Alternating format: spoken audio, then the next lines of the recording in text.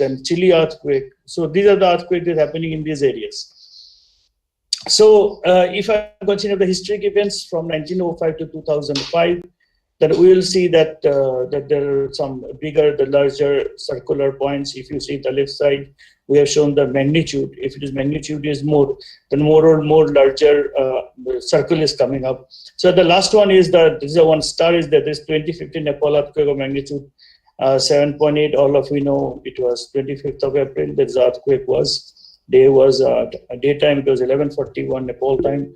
So earthquake was, as I said, in the magnitude of 7.8. So if I'm considering about the northeast part of India, then we are seeing that there are two large dots are there. So one is Great Assam earthquake of 1950. Another one is 1897 Shillong earthquake. So similarly, if I'm seeing about just below Nepal star, there is 1934 Bihar Nepal earthquake. So this is the larger earthquake of magnitude is more than 8, considered as well the history from the earthquake data. So introduction, that's I tried to show you some of the earthquake patterns. So that's why I'd like to introduce from the earthquake point of view. That earthquake are the shaking, rolling, or sudden shock of the Earth's surface. All of we know about it. Earthquake happens mostly throughout the fault lines, and if that fault line having the soil or geotechnical properties very weak, so what will happen that this earthquake and the fault line would reinforce the damage of the building which are standing over the soil. So that is why I thought to put it up in that way. Similarly, most earthquakes are too small to be noticed by the people, but sensitive scientific instruments. There are many instruments that are coming up. Those are very sensitive in nature. So these sensitive instruments can detect a minor earthquake too. But hundreds of earthquakes every year and strong enough to change the face of the land and are capable of causing injuries, deaths, and property damage. That is why we are here. So the earthquake engineering involves the identification and mitigation of seismic hazards, because here when we consider the earthquake engineering, where we consider about the geotechnical earthquake engineering also, we are considering about the from architectural point of view also, whether we're considering about the building construction point of view also, then similarly design consideration, the material consideration, all together comes up here. So these are the key points that I thought to add up because we generally consider with the focus and the epicenter. Just have a look. That is the fault line. Then you can have a point called focus, and the just vertical point over the ground surface is called the epicenter. So some of the waves that we consider in case of earthquake, because please do remember that earthquake generates below the ground surface. So that is why our main intention to know about the ground surface is prime. So we should know that how these points are, or the fault line, or the focus, whatever it is coming up, how it is transporting towards the ground surface, because whatever the buildings and all are there, it is in the ground surface. So that is why we should know about some of the waves that it considers. These are called the deep waves, another one is called surface waves. So deep waves are the primary wave and the secondary wave. But in case of surface waves, those are called the release wave and the log wave. I'll show you one small video of these waves, so it will be very easy for you to think about. Now you see how P waves occur. You see how it is working. This is slinky and the rope. Earthquakes generate several kinds of seismic waves, including P for primary and S for secondary waves. So P waves is nothing but your compressional waves. Now if we look on it, it's called slinky. Motion is slinky. Similarly, if I'm considering S wave, have a look on it, how it is working. So not that fast, but it goes this way. So that S wave moves in a shear motion perpendicular to the direction of the wave is traveling. So this is the one point then we need to consider, because building which are constructed over the ground surface, and the ground surface is having that facing this type of shear waves. Now you can think about where the building will stand. So another I'd like to show you here, small video, but please do remember how it is working. So how will three buildings engineered equally on different bedrock react to an earthquake? You see, one earthquake will take place. Now three buildings, we am taking the cross section of this area. Let me consider the first one is the solid bedrock, second one is poorly concentrated sediment. Sir, we are not able to see the video. Oh, I'm sorry. The video is not being. Just a minute, please. Sorry.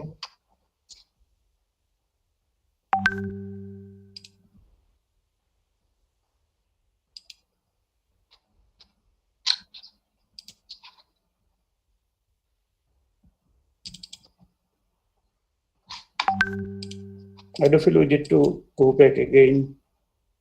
Sorry.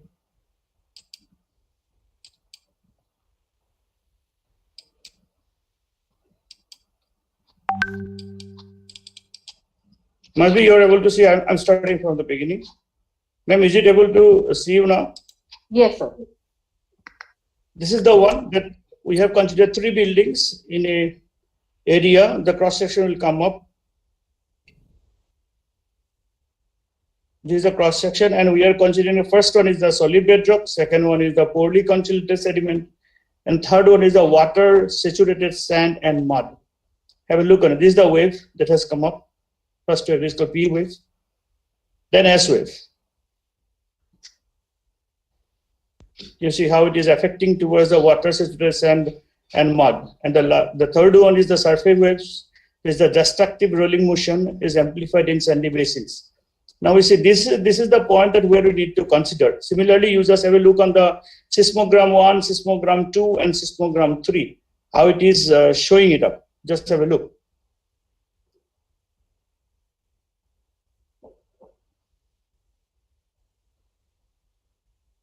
This is the point where we need to consider about the liquefaction, because whenever there is a cohesionless soil and the riverbed is nearby, so possibility of liquefaction is very high during the earthquake. Now this is the one acceleration with respect to time. It is in the rocky bedrock. Another one is the acceleration at time in loose sediment field. So probably all of you have seen that how it is acting or how it is working on it. So let me, sorry.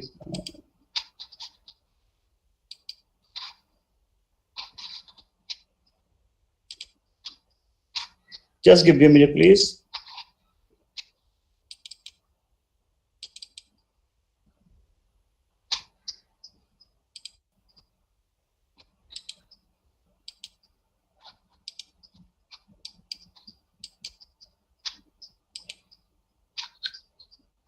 So we were here talking about the seismic waves and all that I concluded in the last part. This is about the one video where showing the liquefaction and all. So now I'm starting with this slide that is called types of earthquake hazards.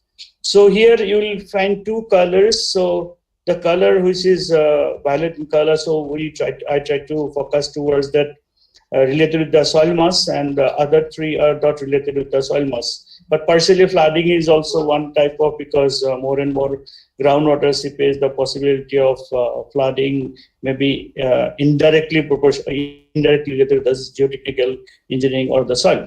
So types of earthquake hazards, I'm starting with the effect of ground shaking. The next one is ground displacement, then flooding, fire, then landslide, then liquefaction. That is what I showed in the video also. The last one is the tsunamis, because I'm not going in details about those 3 which are not related with the geotechnical parameters or soil mechanics or soil engineering. So I'm highlighting these 4 only. The effect of ground shaking. You see, the first main earthquake hazard danger is the effect of ground shaking, because everything is started from the ground. If I'm considering wind is acting directly towards the superstructure, but in case of earthquake, it affects in the substructure. That is why we must know about the geotechnical parameters or ground shaking or the type of soil available in that particular area where the possibility of earthquake is there or earthquake had happened. So similarly, buildings can be damaged by the shaking itself or by the ground beneath them settling to a different level than it was before the earthquake. This is called subsidence. Suddenly, it can go down. When an earthquake occurs, seismic waves will generate and it will radiate away from the source and travels rapidly through the earth crust, because we have seen 2 videos. And in the second video, it showed this way, that from the source, then how it is going towards the ground surface. Similarly, when these waves reach an earth surface, it will produce shaking, which will remain for seconds to minutes, because it depends. So how many seconds or how many minutes it is acting towards. The strength and duration of shaking of a particular place depends upon the size and location of the earthquake and the characteristics of the site altogether. Because when I'm considering characteristics of the site, this means nothing but the geotechnical properties of that soil. So if I'm just trying to show you some photograph, that this is the ground story collapse of 4-story building at Bhuj, related with this topic, which is called the effect of ground shaking. Similarly, about that ground displacement, the second main earthquake hazard is ground displacement. along a fault, because when ground displacement takes place, some portion may be moved away from the original position. I'll show you some of the photographs. If a structure, a building, or maybe a road is built across a fault line, the ground displacement during an earthquake could seriously damage or rip apart that structure. Possibility is always there because it is constructed in the fault line. And the figure that I show you, the typical ground displacement due to earthquake, you see. This is the ground displacement that happened in a road surface. Similarly, another one, and that you can see, I'll show you some of the photograph later on. The landslides, the earthquake can cause the failure of soil and rock slopes, particularly those that are marginally stable to begin. Then most common type of landslides generally in the form of rock falls, maybe soil slides, maybe rock slides. Then similarly, if possibility there, the rain is there, so possibility of mud flow is also there along with the rock falls. Similarly, the debris from such failures can cut off roads and streams, which is the secondary damage may cause, and these were the buildings and bridges and other structures. Loss of life due to landslide is a common occurrence. Then another photograph I'll show you that due to Pakistan earthquake 2005, this is the landslide photograph I tried to show you here. So this is the typical photograph that one of my visit that after 2015 Nepal earthquake that I tried to put it up. This is the geotechnical impacts after 2015 Nepal earthquake. If I'm considering about the landslide, you see, that is the Balua landslide is happening. Similarly, just now I have showed about, we have discussed about, or I have to let you know about the ground movement, right? That is, it is around the fault line possibility is there. The one portion can go out from the original, from the other portion, maybe slide apart. So this way it is, you see that the vertical movement of ground in Aranika highway, that is just like our national highway. Aranika highway is the main highway of Nepal. So this is throughout the Kathmandu city, and you can see this is the vertical movement. Similarly, another vertical movement is near to the Bhaktapur. I've seen, you see, the original portion is remained stuck, but the other portion has got down due to this earthquake. Similarly, some of the other photographs I'd like to share with you from the 2015 Nepal earthquake only, that you see during the earthquake that there are some landslides, and these photographs are during the rescue operations that going on through the bulldozers. This photograph, 3 photographs are evidence enough to show that due to earthquake, the possibility of landslide is very high if it is in the hilly areas. So then liquefaction, because this is the point that I'd like to consider again, that is the temporary loss of soil strength and fluidization that occurs in certain saturated granular soils due to seismic shaping. Actually, what happens that whenever we consider a soil mass below the ground surface, so actually that soil under the stress from the top, as well as in that soil mass, you may find some pores or voids. In that void, if water is there, that water may be filled up fully or maybe filled up partially. If it is filled up fully, it is called fully saturated soil. I'll show you some of the animated photograph. So similarly, if it is partially filled up with the water in that pores, it is called partially saturated soil. So apart from it, if that soil is cohesionless soil, just like sand, like Jamuna sand, because whenever we consider the liquefaction, mostly it is seen, it is in the alluvial soil. Alluvial soil, the soil which has been transported by the river, and those soils are mostly available near to the riverbank. So that is why if I'm considering about Delhi, people always say that Jamuna part is in the alluvial soil bed. So if there is any heavy earthquake takes place, or major earthquake takes place in Delhi, though Delhi has been considered as a zone 4, so possibility of liquefaction is very high near to the Jamuna bank.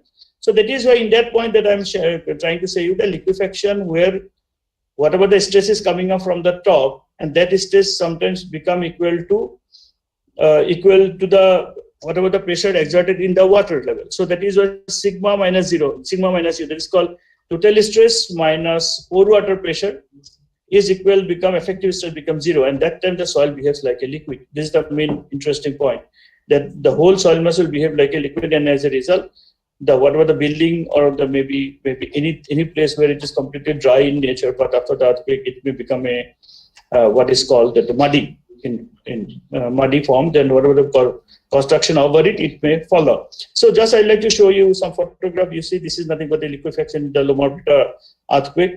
So this is another one that showed you one of our presenter yesterday too. There is the building collapse due to liquefaction of 1964 Niigata earthquake, Japan. This is one of the photographs that I showed you in the beginning also. So this is a typical example of a liquefaction.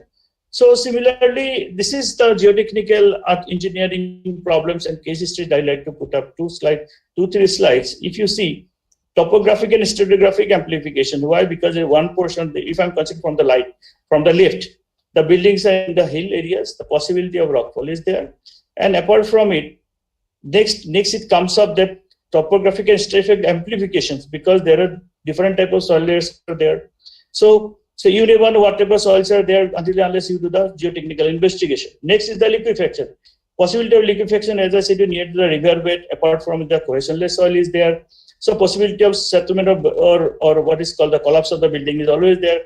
Then subsidence, I told you, sudden collapse of the building or settling down of the building. And another one is a landslide, the last one.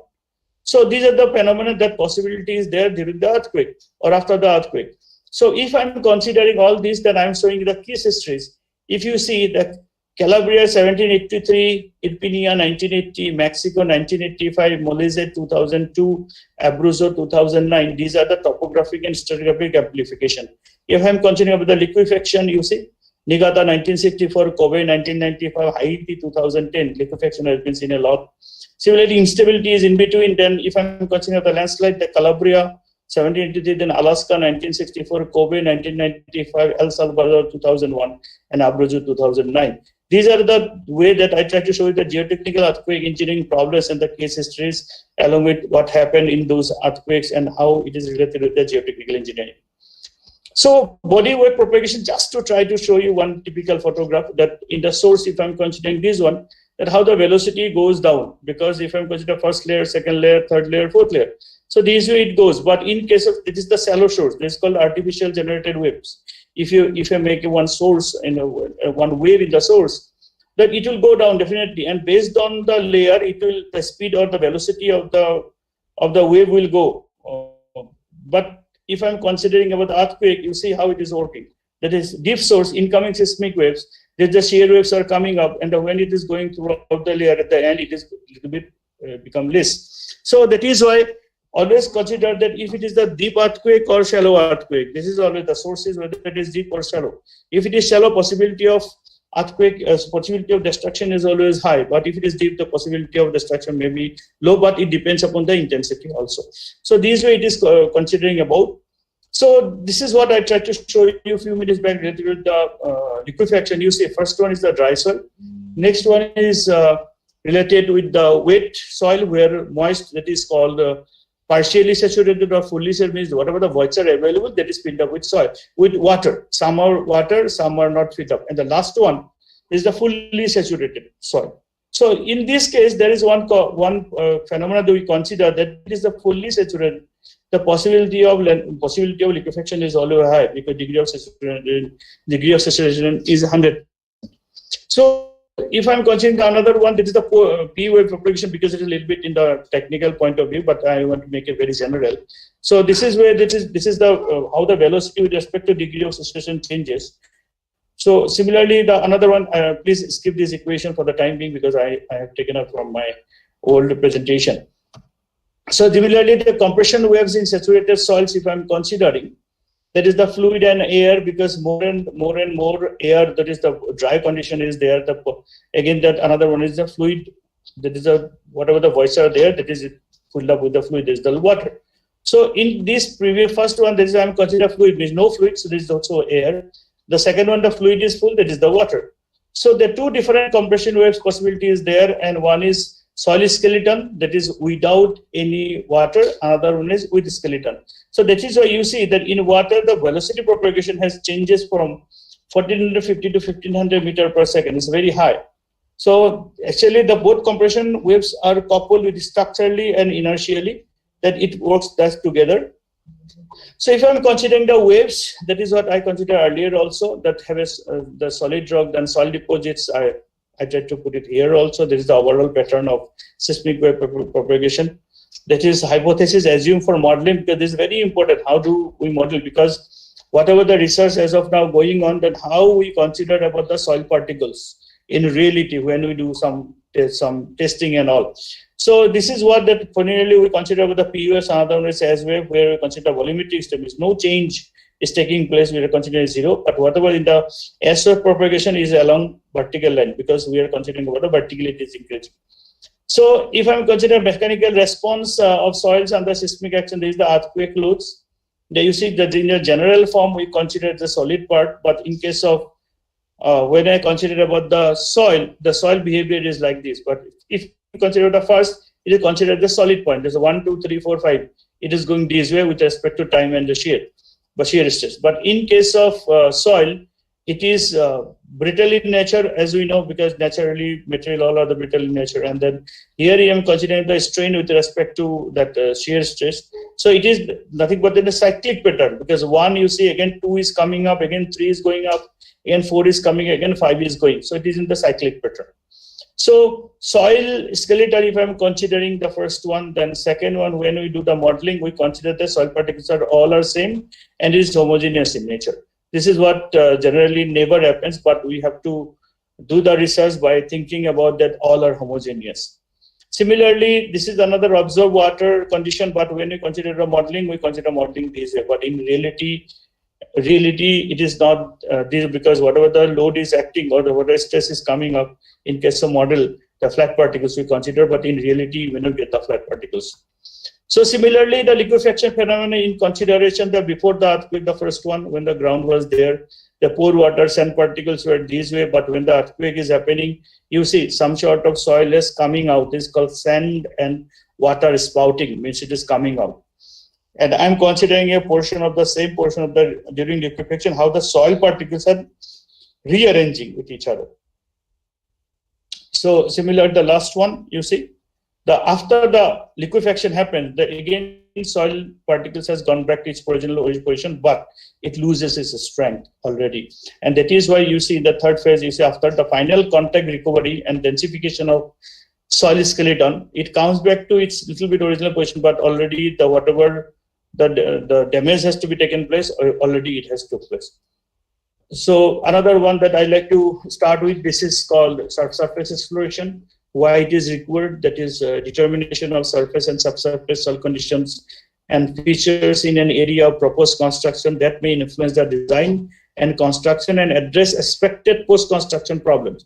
You know, whenever we go for any construction, probably when you move along the road, you will find some tripod is standing in between road or somewhere nearby area or any open area. If you find that 2, 3 tripods or one tripod is there, please do remember what is going on. It is nothing but the soil investigation is going on.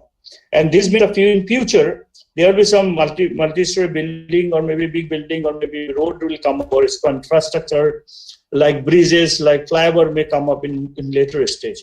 Because soil investigation is the key through which we can come to know that what type of soil is available beneath the ground surface. And based on the bearing capacity or its capacity to withstand the load of that soil, we need to do the design, or the designer has given the value and they are saying that whatever I need to find it out.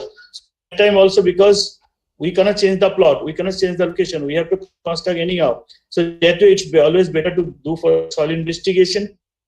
There whatever the data will come up, because I'll show you in the next few slides. Then this way we can find out that bearing capacity of soil is there, and based on that we can do the design. Because designer or the whatever we had a discussion yesterday, the architect's dream and civil engineer's nightmare. Because when the architect had given his own imagination, or structural engineer, we need to consider about the loads. And the geotechnical comes up when the load has to transport the soil mass, because all load has to be taken by the soil. So some of the photographs, that is underground construction like tunnels, where we must require the soil investigation. Similarly, earth dams, we require soil investigation, because whatever the water thrust will come up, that earth dam has to be taken, has to be countered that thrust. Similarly, retaining wall, you can see that because retaining wall has to be inserted below the ground surface, because from the ground below the ground surface only it has to be constructed. So if the thrust, one side thrust is soil, so if it is not monolithically mixed, the fixed in the ground surface below the ground, so possibility of tilting is there. So that is why these are the things that we need to know about the soil investigations or soil properties below the ground surface. Obtain groundwater is of subsurface materials for use in foundation design. I tend to show you some photograph that how we do the soil investigation with what is called the transit way of doing the soil investigation. So there are three methods for the subsurface exploration. We should know about it. First one is the indirect methods. The second one is the direct method, and third one is the semi-direct method. Or it may take it vice versa also. So, but in my case, I'm studying with the indirect method, where I'm studying seismic reflection. Without excavating anything, you can find out what type of soil is there. Those measurements are very, very costly, but the accuracy of the result is very high. So that is, I do feel that geophysical methods mentioned as an indirect method, where before going to a very heavy construction, we can find out that what type of soil, what type of rock is there, and it is where you can see a short point where we have to, in a regular interval, we have to fix some geophones. As I show one of the photograph, that whenever the soil or the wave or the shear wave or any type of waves, sound waves goes below the ground surface, based on the soil layer, it moves. So if there is some hard layer or bedrock, is there possibility of reflection of those waves is very high, and who will detect those waves? Because waves will reflect and it will come back to its original, come back to the ground surface. So there are some regular spacing geophones are there which will detect those waves. And as a result, there is some mathematical, some computational calculation is there. Based on that, we can find out that what type of soil is there, and the time taken, because the main function of this work is that time taken for this wave to travel from the short point to the geophones. Based on that, we can make it out what type of soil or what type of rock layers are below. Another one is cross-hole testing. This is another very standard procedure testing, where the geophysical method. But here we have to insert two boreholes from where we need to lower the instrument, and based on that, the instrument generates some waves, and the time taken by the other instrument, the receiver instrument, to receive the signal. So based on that also, distance and time travel, we can find out what type of waves are there, or sorry, what type of soil are there, or what type of rocks are there.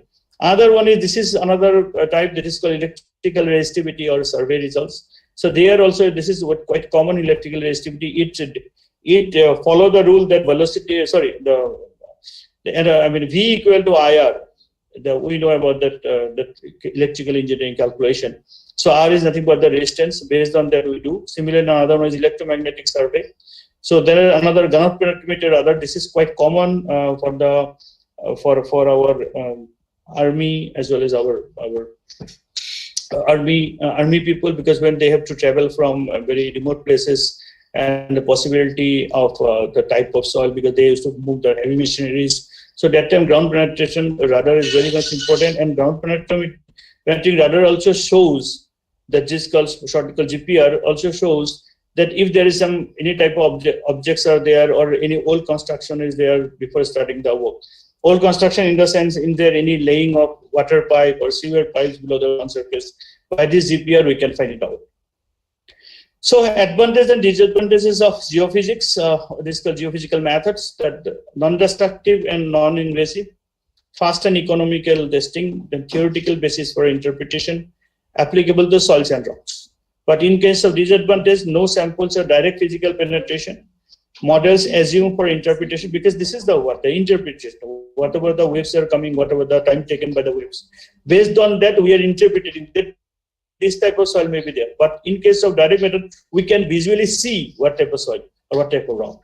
Affected by cemental layers or intrusions may be there, because if there is some hard layer is there, again in the below the hard layer there is again soft layer. So it is very difficult to judge because whether soft layer can be detected or not.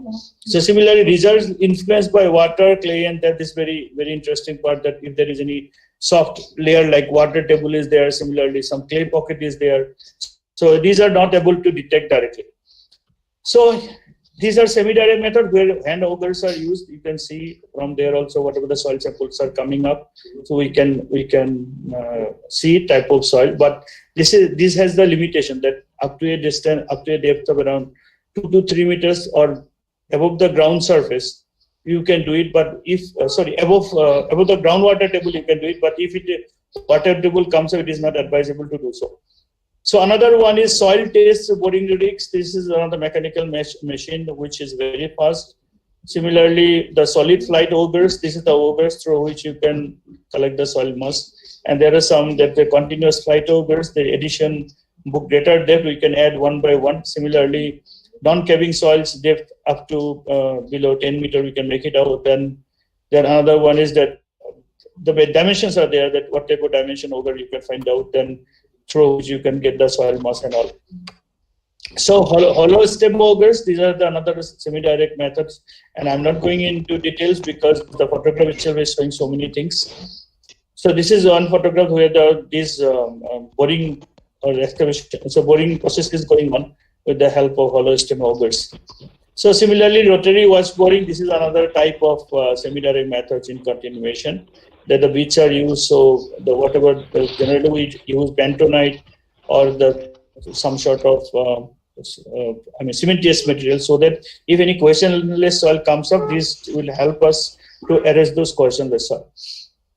So this is a typical diagram of water rotary wash boring. So then this is the direct method. This is called test excavation stay pits. You can have a look on it. That if you see, this is the direct that you are seeing it. You see, you have excavated it by machinery or by hand, and you can see that what type of soil is coming up below the ground. So you see, one of the surveyor that they are showing some pointed. This layer is different with the previous layer, the upper layer. So this way you can mark, you can see that what type of soil is coming, how it is working.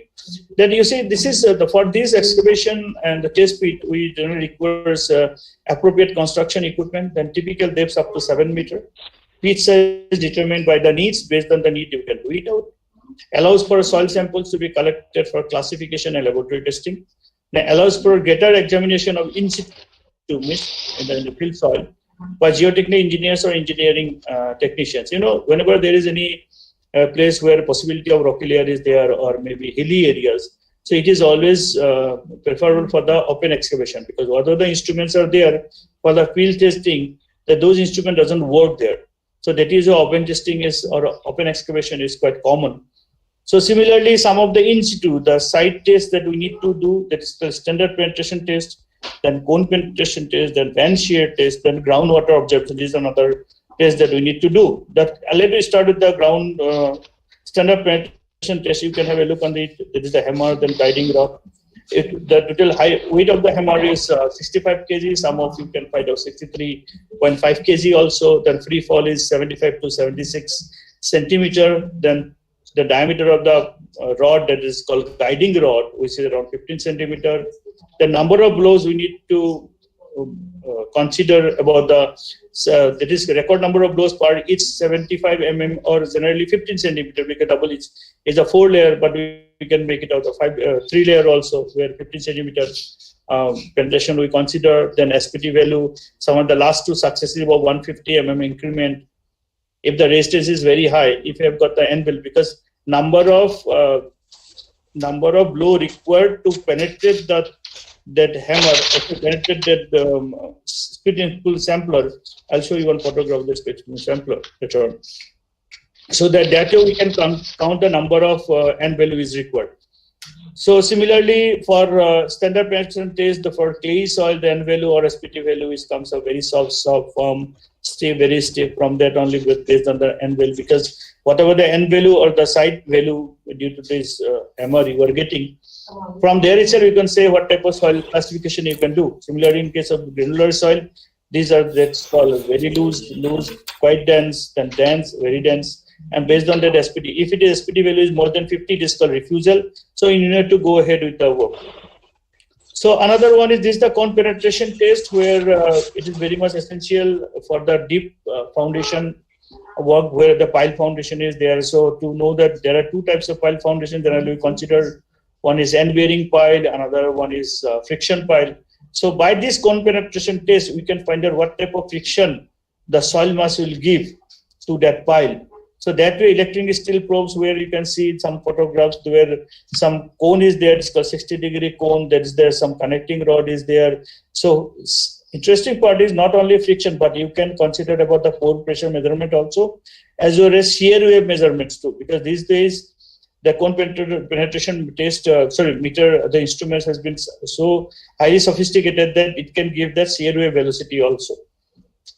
So this is the one that I tried to show you there. That is for the cone penetration test photograph, where shear wave velocity you can measure, then slip friction. This friction will help you to counteract or to make the foundation in the later stage. This is the foundation.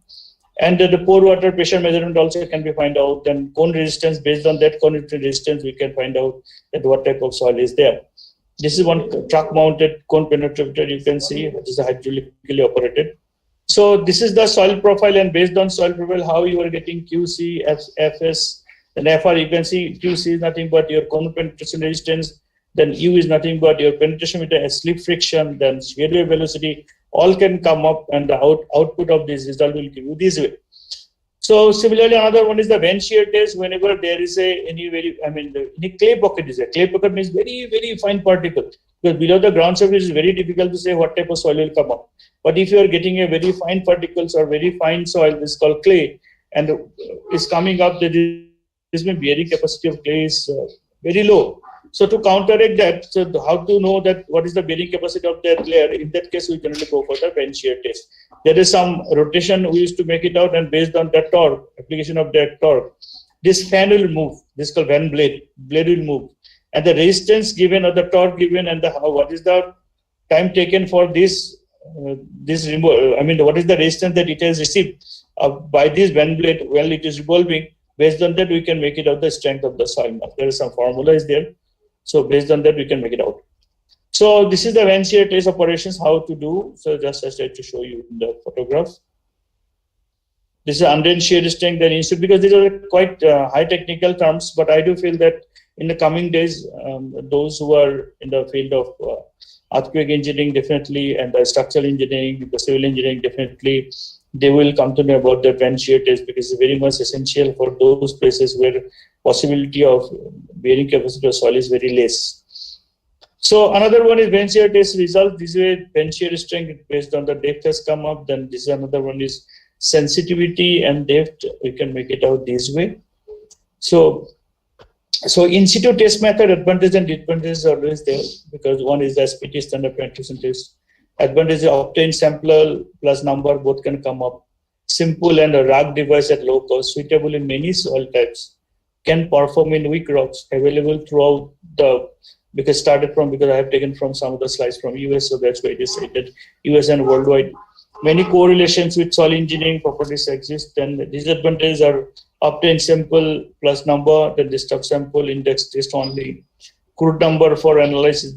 Why? Because sometimes you will find that in the last penetration, a single drop itself has gone up to a larger depth. So this is very difficult to judge that if the clay soil or soft soil has come up, we cannot judge whether that layer has gone or not. Then high variability and uncertainty, then many correlations with soil engineering properties. Then CPT cone penetration test is fast and continuous profiling, economical and productive. The results not operator or dependent, because it is as I said, one of the photograph that is truck mounted. So similarly, disadvantage is high capital investment, because cost is very high. Skill operator, electronics must be calibrated, no soil samples, unsuited to gravelly soils and cobbles. Similarly, in case of vent shear test, assessment of undrained shear strength of clay. This is the weakest soil particles. Simple test and equipment measure in place sensitivity, long history. Similarly, disadvantage is only limited to the stiff clays. Slow and time consuming, because very slowly it removes. That's why it has come up. It takes time. So groundwater observation, this is very important, because when you are doing the soil investigation, you must know what is the depth of the water table. So because whatever the construction you are going to do, definitely some construction of the foundation part may come up below the ground surface. So that's why when you are doing the boring, so that time possibility soil investigation possibility is there that you may counteract the water table. So in that case, you have to, because when there is one called drawdown effect, there is there, because time will come definitely if we organize such type of workshop in later stage, and possibility of geotechnical investigation is more. Definitely, I'll show you some of the details that groundwater observation, because when you do any boring in your for tube well purposes, also for your drinking purposes, you will find that they live that after reaching that particular depth of water, they generally abandon that portion for 24 hours for 1 week, so that nearby water particles, which are because of the drawdown effect, it has spread towards the other points. It come back to its original points, and that way we can find out the actual depth of the water table below the ground surface. So the another portion is the piezometer may be installed, then monitoring wells are there. Then we can go for the permeability test. There are some of the groundwater observation methods. So soil sampling, this is the disturbed sample and partially undisturbed sample. Then another one is undisturbed sample, because whenever the soil testing we do in the laboratory, always do remember that always preferable for the undisturbed sample. But in reality, it's very difficult to get the undisturbed sample.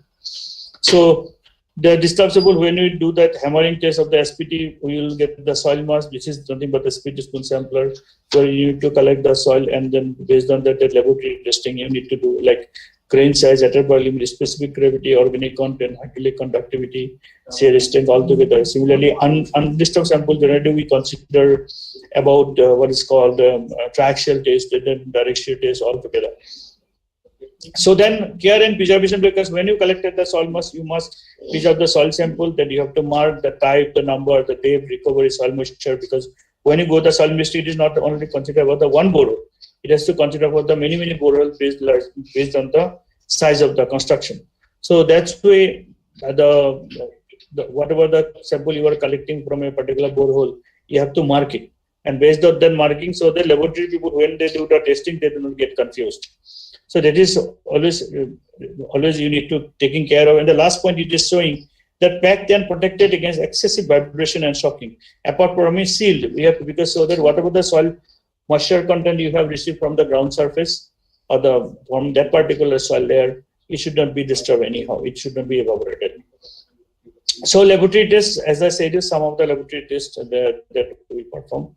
Moisture content, unit weights, even as heterobial limits, compaction, permeability, hydraulic consolidation, direct shear, triaxial shear, uncompactable. Please do remember that whenever we geotechnical engineer do this laboratory testing, it is laboratory testing of those soil above which you are going to construct one building. So that's why these tests are very much essential. Based on this test report, we can give it yes, this is the bearing capacity of the soil and whether the construction that you have proposed is able to withstand that load or not. So data presentation and report is very much essential. How to presentation the report. This is called board log. I'll show you one photograph. You see, this is called the board log. So where the location is there, then company profile is there, then what type of work is going on, what is the N value, based on that you can make a graph. In the left side, you see you will get some water table that is called fat clay. You can see it is mentioning that sandy clay. So based on the N value, we can because one of the slide I showed you that N value as well as the type of soil it is coming out. But it is clay soil, it is sandy soil. So based on that N value, you can mark that this type of soil is coming up. And another one is the visual inspection. So whatever the soil is coming up from the ground surface during the boring or during the soil investigation, you can find that by your own hand, based on your expertise or based on your own practice, you can find out that okay, this type of soil is coming up. So these all need to be marked here, and the laboratory part is, you see in the right side there are vertical columns you see, that is called moisture content, liquid limit, plastic limit, plasticity index, then sieve analysis part, and then some of the classification of the soil. This portion need to be filled up by the laboratory people. The previous part has to be filled up by the field people. So this is the last profile, that is some of the what type of soil, then where you have done that G1, G2, G3, G4 are the locations from where you have started the soil investigation. So where possibility of future development is here. So that's why first you need to know what type of soil is.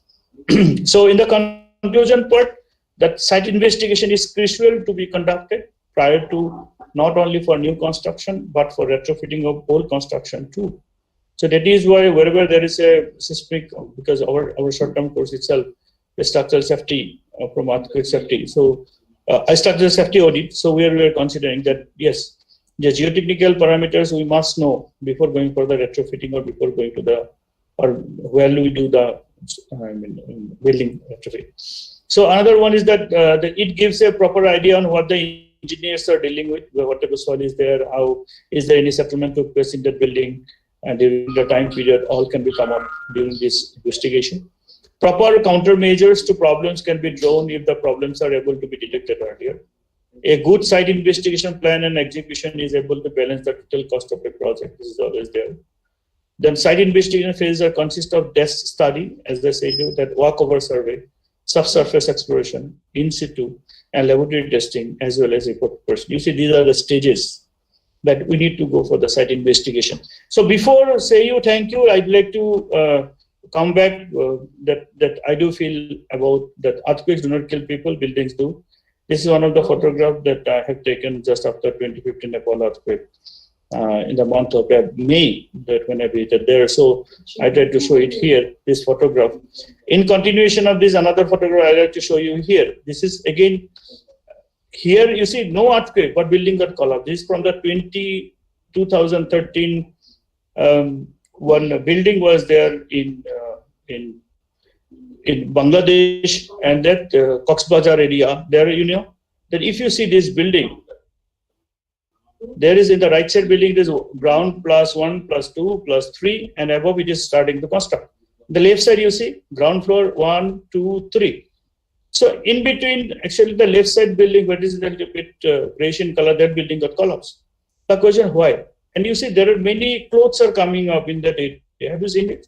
Some clothes or something are there. So just to share with you, probably our young participants, the ladies participants, the girls who are familiar with the brand called Zara, Z-A-R-A, Zara, probably all of you know.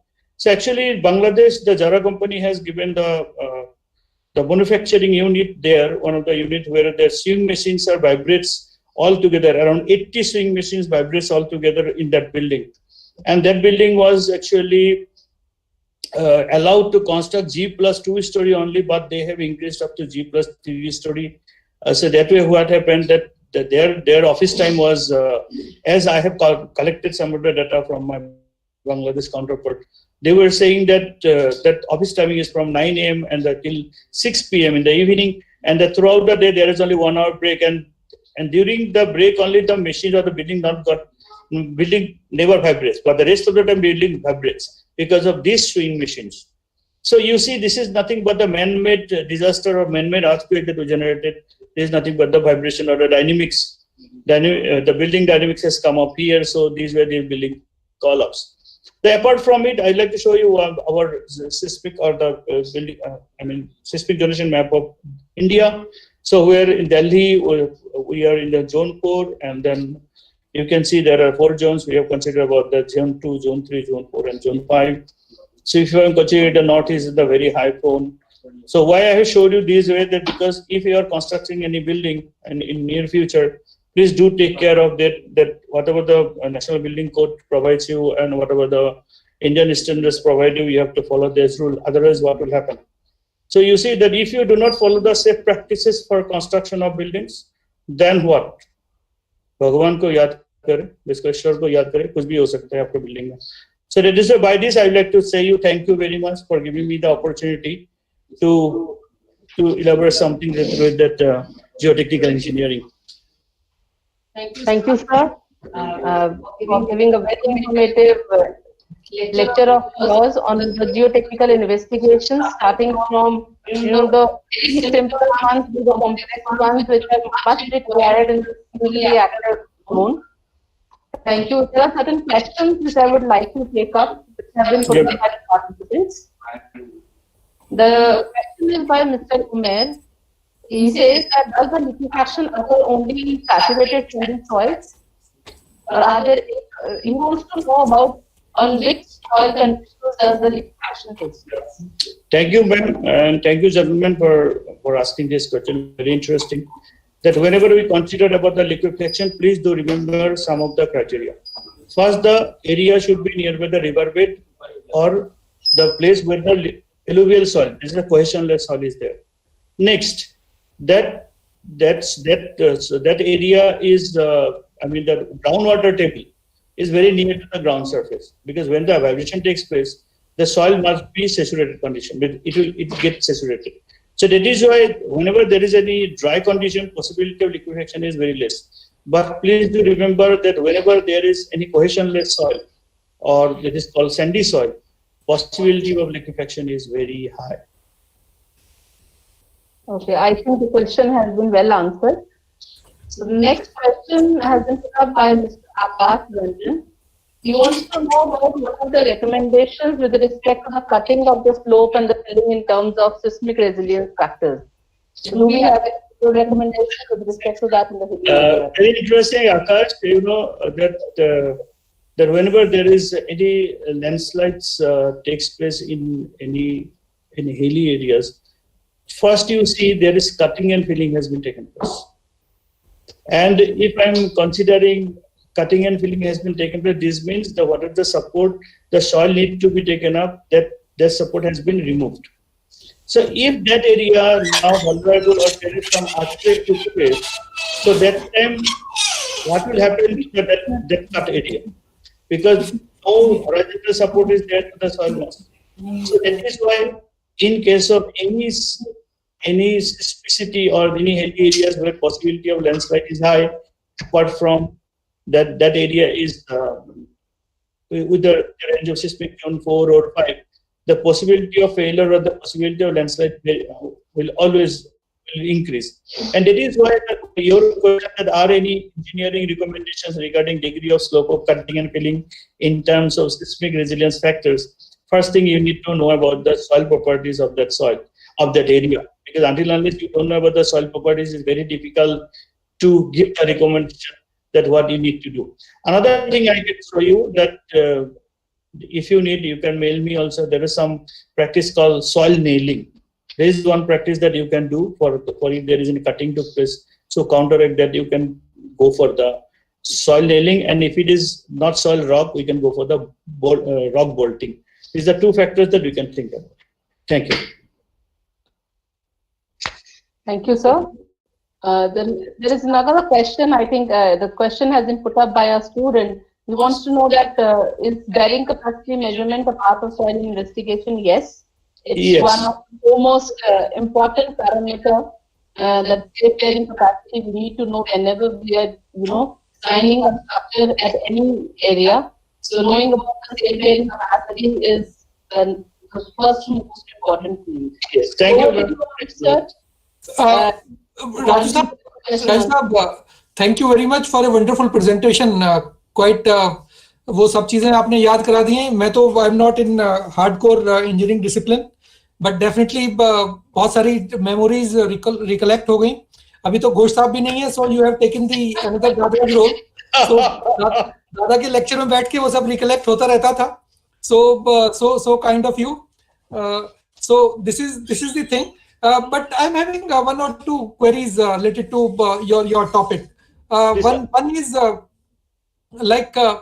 you may explain to our participants. There are several examples, not only national level, internationally as well, especially that Mexico earthquake 1985, and in our case Bhuj earthquake 2001, which impacted far-flung areas, and we are in the same scenario in Delhi as well. So what are the implications of geotechnical aspects of liquefiable soil in Yamuna area, both East Delhi? This is number one. And number two is that if liquefaction is taking place at a depth, say below the foundation depth, say an ordinary building, a 4-5 mala building in Delhi are having foundation, say 6, 7, 8 feet, 10 feet, say 12 feet, and liquefaction is taking place beneath that. So what are the implications of that? Because you go to that this microzonation study and you see that they had given that liquefaction is taking place at various levels. So how those deep level liquefactions are implicating the structures who are over the ground? I'm considering unauthorized construction and those type of construction which is not properly designed and executed. So that is the worrying point. Thank you, Amir Saab. Thanks a lot for asking this question. That just to share with you. You know that if I'm considering not enter Delhi, but in the Jamunapur area, bank of river Jamuna, where Gitana colony, then Sastrinagar, then those areas. And you will know that that areas in the alluvial soils, and the possibility of liquefaction is very high. Please do remember that without earthquake, liquefaction will not take place. But after the earthquake, only the liquefaction will take place. So if that area is very high in liquefaction, my submission as a geotechnical engineer always there that you go for foundation in the deeper depth, like deep foundation in the form of pile, because in the small diameter pile, if your construction is more than, I'm considering 15 meter, like G plus 5 story or 6 story. So please consider about the pile foundation, the deep foundation, because whenever there is liquefaction takes place, this deep foundation will transmit the load to a deeper depth. As a result, what will happen that whatever the liquefaction will take place in the upper part only, the rest part will be in the in intake position. That is a deep foundation or the pile foundation is the best way to counteract the liquefaction. So, one of the participants want to know the question from Mr. Umair. He wants to know that in the clay soil, under what conditions it is susceptible to liquefaction? Yes, Mr. Omar, I have seen it that your question has not been answered properly, so he has paraphrased it.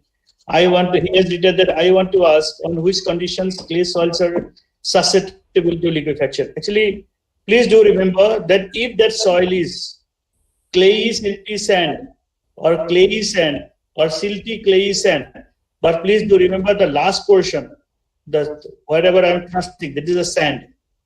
So more than 50% of that soil must be the larger size, it's called sand.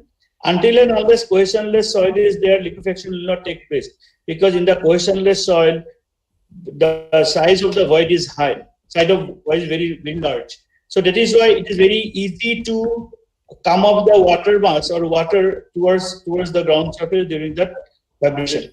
But if I'm considering clay, please remember that coefficient of permeability of clay is very less with compared to the coefficient of permeability of sand. So that is why it is very difficult to say you that only the place where the only clay is there, or whether liquefaction will be taken place or not.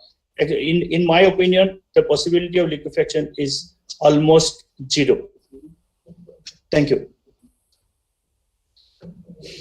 With this, we would like to close. Amir sir? Please go ahead. But I am still looking, Raju साहब, वो जो Himalayan earthquakes का impact हमारे दिल्ली पे होने वाला है, उसके बारे में वो मुझे बहुत डराते हैं सर. सच्ची बात बता रहा हूँ मैं आपको.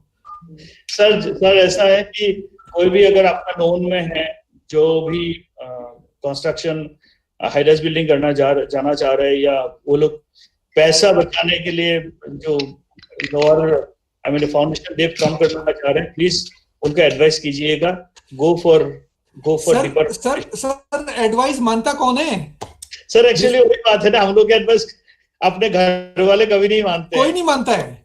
और आप जैसे लोग जो पैसे के लेते बोलते हैं ना, जो सिंसियर होते हैं किसी भी कॉज के लिए, उनकी कोई नहीं सुनता है. वो अगर पैसे वैसे लेके कहीं पे आप किसी को बोलोगे तो हो सकता है कोई सुन ले, क्योंकि वो आएगा आपके पास रिक्वेस्ट लेके. अदरवाइज फ्री में दोगे तो कोई नहीं सुनता है. जी sir. Thank you sir. Thank you. It's a wonderful presentation. Yeah. Thank you, Raju sir, for answering all the queries which have been put up by all the participants and by us also. Thank you for giving a very informative lecture, giving an overview of the geotechnical investigations, because it's all structures throughout the 5 days. And your lecture was the one which was going to put light on the geotechnical investigations. Please accept this certificate as a token of appreciation. Thank you, sir. Thank you. Thanks a lot. Thank you all. We come to the end. Salila, would you like to continue further? Salila, are you able to hear me? Thank you, sir, and thank you, ma'am, for giving me this opportunity.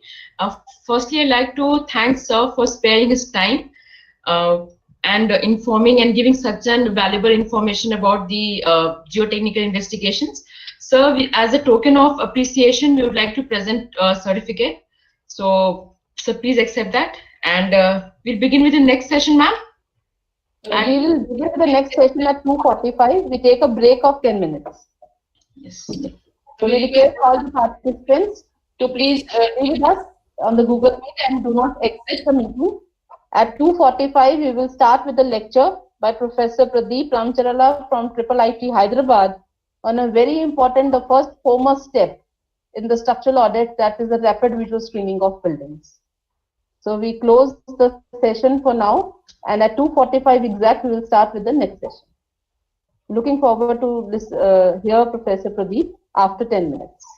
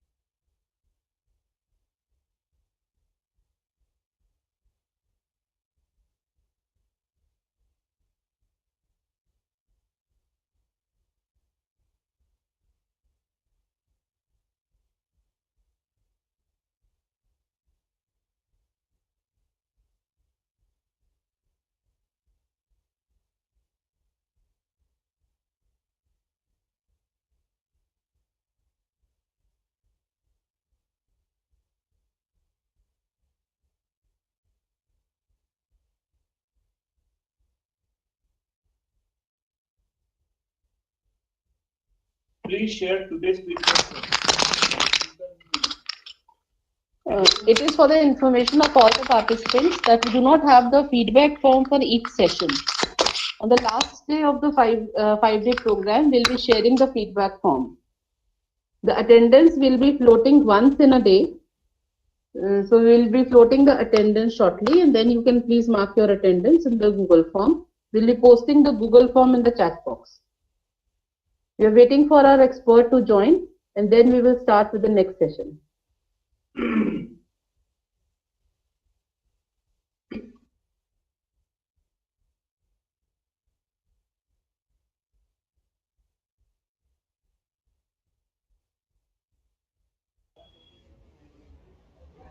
Ma'am please attendance forms provide करेंगे क्या ma'am?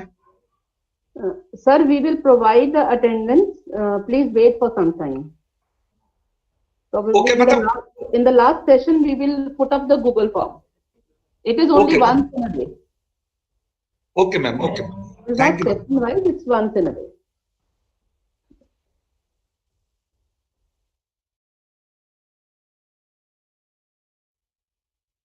It's a humble request to all the participants to please keep your videos and your audio on the mute mode. Videos off and the audio on the mute mode, please.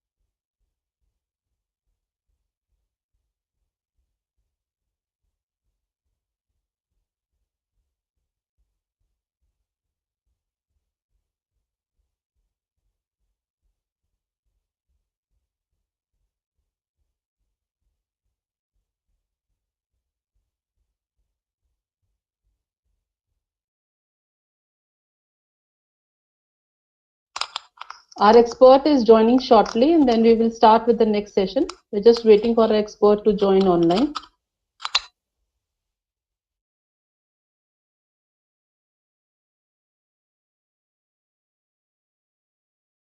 Shall we start, sir? Yes, I'm ready. Yeah. Okay, Salila, I request you to please start.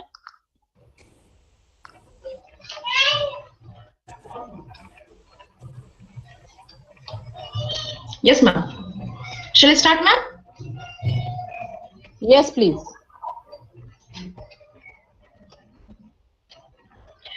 Welcome back to the second session of the second day. The next speaker is highly proficient and seasoned and is none other than Professor Pradeep Ramancharla. A brief introduction about him. Professor Pradeep Ramancharla is founder and head of Earthquake Engineering Research Center, IIIT, Hyderabad. After having worked for about a year in L&T, he went on to pursue his PhD from Tokyo, Japan, followed by postdoc for a year. He has been instrumental in initiating graduate program on computer-aided structural engineering at IIIT Hyderabad in 2002 and 5-year dual degree program in building science and engineering in 2013. His area of expertise are numerical modeling of tectonic plates and faults, ground motion simulation on faults, nonlinear structural response and damage estimation, health diagnosis of historical and critical structures, sustainable construction technologies, capacity building on earthquake disaster safety, and is presently supervising 12 PhD and MS, along with leading an active research group of around 35 people and has published around 180 papers in various journals and conference proceedings. Dr. Ramancharla is member of several committees at both national and state level, including NITM and BIS, and has been conferred with several prestigious awards like Young Scientist Award from ICI 2011, Commendation Certificate from Indian Embassy, Japan 2001, Mombusa Fellowship for Studies in Japan 1998. He is an advocate of human values and has conducted over 50 workshops and 100 guest lectures on human values. Today, he'll be enlightening us on rapid visual screening of buildings. Sir, it's an honor and my pleasure to welcome you, and we are looking forward to gaining the invaluable knowledge and experience you possess. May I now request the coordinator, Dr. Shilpa Paul, to extend a convivial welcome to sir as well. Thank you, Salila. I take this opportunity to extend a very warm welcome to Pradeep sir on behalf of all the coordinators, myself, Professor Raju Sarkar and Dr. Amir Ali sir. And thank you for accepting our invitation, sir. Looking forward to hear from you on the rapid visual screening, the first task in the structural audit. Over to you, sir. My screen. Yes, sir.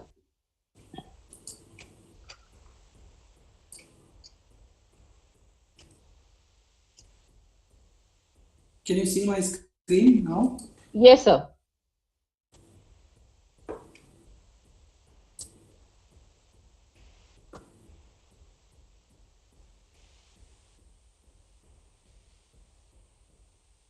So, am I audible properly? Yes, sir. You're audible. Yeah, thank you. So, thank you for my introduction. And the topic which I'm going to discuss today is this simplified procedures for rapid earthquake vulnerability assessment and retrofitting. So, retrofitting anyway, I'll just skip so a small part I'll explain.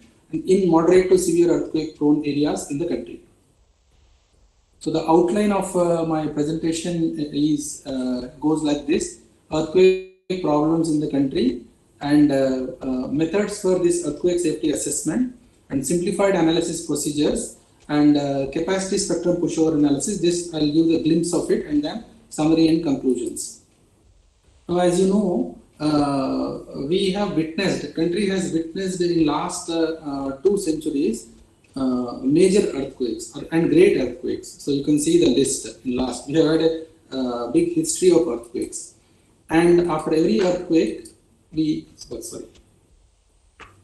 So the scenario is something like this. So this is a cover page of India Today magazine, taken immediately after Bhuj earthquake. So sometime in February. So you can look at that. A girl child was frightened because of the shaking of the earthquake, shaking due to earthquake, and teacher was trying to embrace her.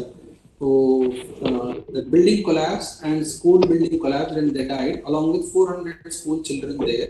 The total death toll was over 14,000 during that earthquake, Bhuj earthquake. So some of the glimpses of post-earthquake or immediately after earthquakes are these things. You can see the pictures of improper planning, designing, construction, maintenance, all these put together, such kind of problems arise. So you can see these are the weak structures. Okay. So immediately after earthquake, this is the general scenario. This is a 17-story building in Nepal. Masonry buildings. Yes. It is due to pounding. So I'll tell all the technical reasons for this one. So column failure, again column failure, joint failure. There's something sort of refugee camp kind of thing. Now if we look at, say, housing safety, when we compare India with world's best practices a century ago. So in early 1900s, there was high human fatalities and high economic loss. World over, you take any country. Now in last 100 years, they have learned how to reduce or minimize the human losses, and now they are struggling or working very hard to reduce economic loss. But on the contrary, in the country, in India, Early 1900s and even today, we are struggling with both the problems, that is high human fatalities and high economic loss. Because due to earthquake, these are the two major problems. One is life loss, second is property loss. So life loss is the first priority. You have to save that first and then work on property loss. So collapse and damage to buildings in the country is unreasonably high compared to any other country which has similar level of ground shaking. So in this regard, there is an urgent need to understand housing risk and minimize future losses of life and property, life as well as property. So for that, for whole country, what could be the solution? How to tackle this problem? So we cannot give any solution which is like very hi-fi but doesn't work at all. So it has to be acceptable from top down and bottom up. Two approaches are required. So now let's go into the details of earthquake risk in the country. So you take any city or any district or any town, risk is composed of three main factors. One is hazard, second is exposure, and third one is called vulnerability. Hazard, exposure, and vulnerability. In short, what is hazard? Hazard means it's a level of ground shaking which an area will experience. Say for example, Delhi. So what shaking Delhi might experience in future, maybe 20, 30, 40 years. That is a measure of hazard. Hazard means it is measured in that terms. Second is exposure. Now, if we take Delhi, how many buildings are exposed for that hazard? And third one is vulnerability. Vulnerability is the capacity of the built environment, whether they are able to sustain, these buildings will be able to sustain that shaking or they'll collapse. Or if they don't collapse, but there may be severe damage, that kind of measure is vulnerability.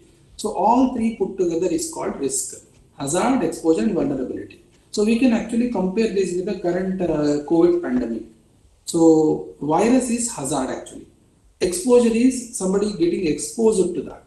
Vulnerability is the immunity level of a person.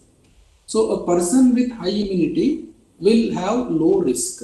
A person with low immunity will have high risk. Exactly. So engineers and architects can control this vulnerability. Because hazard is not in our hands, exposure is in the hands of governments. So what engineers can do is vulnerability they can control. So that is what we are now trying to discuss. So hazard is quantified in terms of peak ground acceleration, peak ground velocity, or peak ground acceleration, depending on the what type of buildings or structures we are dealing with. So if we go back to the history of the Earth or the science of Earth, it formed sometime back during Big Bang, 4.5 billion years back, and there is a continental drift taking place due to which earthquakes are occurring. Now this map shows the tectonic features of the country, and the right side is the seismicity of the country. So seismicity means there is chances of occurrence of earthquakes. Okay. Then this is a tectonic map released by GSI. And according to seismic hazard map of the country, if you look at this map carefully, moderate to severe earthquake zones, moderate to severe earthquake prone zones, that is zone 5, zone 4 and zone 3 put together. So 12% plus 18% plus 26%, that means 56% of the land is in moderate to severe earthquake zones, 56% of the land.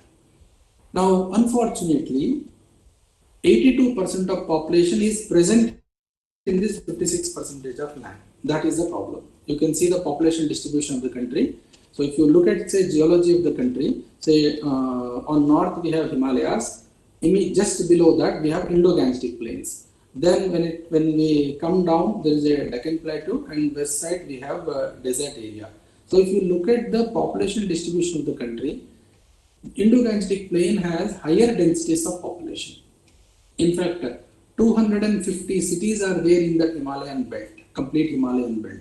Now, if we overlap this population distribution or housing distribution and hazard, we will see some interesting outcome will come. You can see these red patches. So each patch is one district, and red patch means it is dangerous. You have to pay attention to these things. Attention to this. Now you can say where this Delhi, your college, Delhi Technical University is there. You can see that. it is in the red zone, red. So even though it is in zone 4, but because of this density of population, it is going to be very high housing threat factor zone. So this map should be used for prioritizing our developmental works. That is the main point. Madam, am I audible properly? Yes, you are okay. Please continue. Yeah. Now let's come to the main area, that is vulnerability assessment of buildings. When we say vulnerability assessment of building, so what is the objective? Objective is earthquake safety. Safety assessment or vulnerability assessment, both are same. Now there are 4 levels in which we do this vulnerability assessment. So the first one is called simplified quantitative assessment. We call this popularly as rapid visual survey. There is another one called detailed qualitative survey, qualitative assessment or screening. And third one is simplified quantitative assessment. Fourth one is detailed quantitative assessment. So 2 are qualitative, 2 are quantitative. So this in simplified, detailed. So in first one, that is simplified qualitative assessment, we can do this before earthquake, after earthquake. So after earthquake, we will do this mainly for checking the occupancy, whether the house can be occupied with minor repairs or it has to be dismantled and again reconstructed. Okay, so detailed qualitative assessment also is the same thing. Before earthquake, after earthquake, we can do. Okay. Now coming to the objectives of these levels. The first one is simplified qualitative. So what do we see in this one? Critical indicators or factors. Okay. So what is the critical factor? Is vertical load carrying capacity available in the structure or not? That is the primary objective of this method. Then the second one is detailed qualitative. So in that, we look at the factor of safeties, like all these factors, how much they are affecting the safety, to what extent these factors are contributing. When it comes to third, that is quantitative, simplified quantitative, that is level 3 assessment. So we check here global, basic global level deficiencies, we check in this one. And the fourth one is component level deficiencies we check, that is detailed quantitative assessment, wherein these things will come, like a pushover analysis, non-linear static pushover, all those things will come into picture. That is to what extent structure has departed from the good practices. Okay, so these are the overall, in nutshell, what is the total objective of this assessment. Now let's look at the challenges involved in this assessment. What are the challenges involved in this one? So when you go to assess the structure physically, first challenge is existing buildings assessment is very difficult task compared to design of new building. It is very easy to design new building, but checking the existing building is easy, difficult. So why? Because final drawings are not as built drawings. Means as built structure and drawings, they deviate. Most of the time drawings are not available. Even if drawing is available, only architectural drawing may be available, structural details are not available. So that's what deviations from specifications. Updated final drawings are not available. And then the second challenge, that is benchmark of simplified assessment scores. So something like, say, we have some method of rapid visual survey, we assess with the building and then we got some score, say 0 to 100 scale, say some 70. But unfortunately, we don't know 70 means what.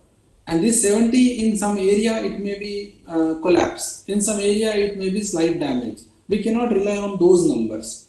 We have to benchmark these scores. So benchmark need to be developed for area to area. Okay, so inventory is required for that. Then now what studies we have done to arrive at this benchmarking and doing rapid visual survey. So far we have done this work over 80,000 buildings, physically collected the data of over 80,000 buildings and then arrived at some kind of maps or say fragility kind of curves.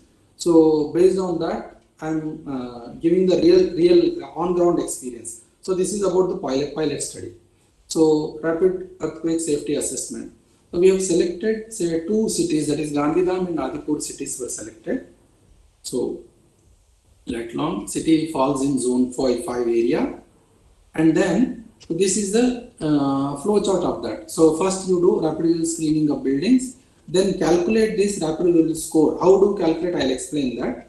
Then after that, what is required is you have to do preliminary survey, okay, and then after that you have to model the building, then develop fragility curve based on the input from the hazard. Then you do risk assessment and finally recommendations to the local government and individuals. So that is the schematic diagram. Now, if we how do we assess the building? So let us take one building.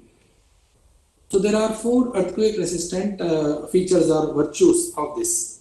One is it should have good configuration, should have adequate strength, should have basic stiffness and sufficient ductility. So these are the things which are required in any building. Now to understand the capacity of the building, so if we push the building, to what extent it is going to resist the load as well as deformation. So it is something like this curve. So this curve is like an X-ray. You can consider this as X-ray or ECG or whatever scanning we do. So if we do scanning, we'll get all the report like that. This curve is like that. Okay. So the first inclined portion of this curve is the measure of stiffness, and the peak to which this curve is going, that is measure of strength, and then the distance, horizontal distance with which it is going without significant drop in the curve is called ductility. So there are 3 factors in this one. One is stiffness, strength as well as ductility. 3 things are there. Now how do we translate these things? Okay.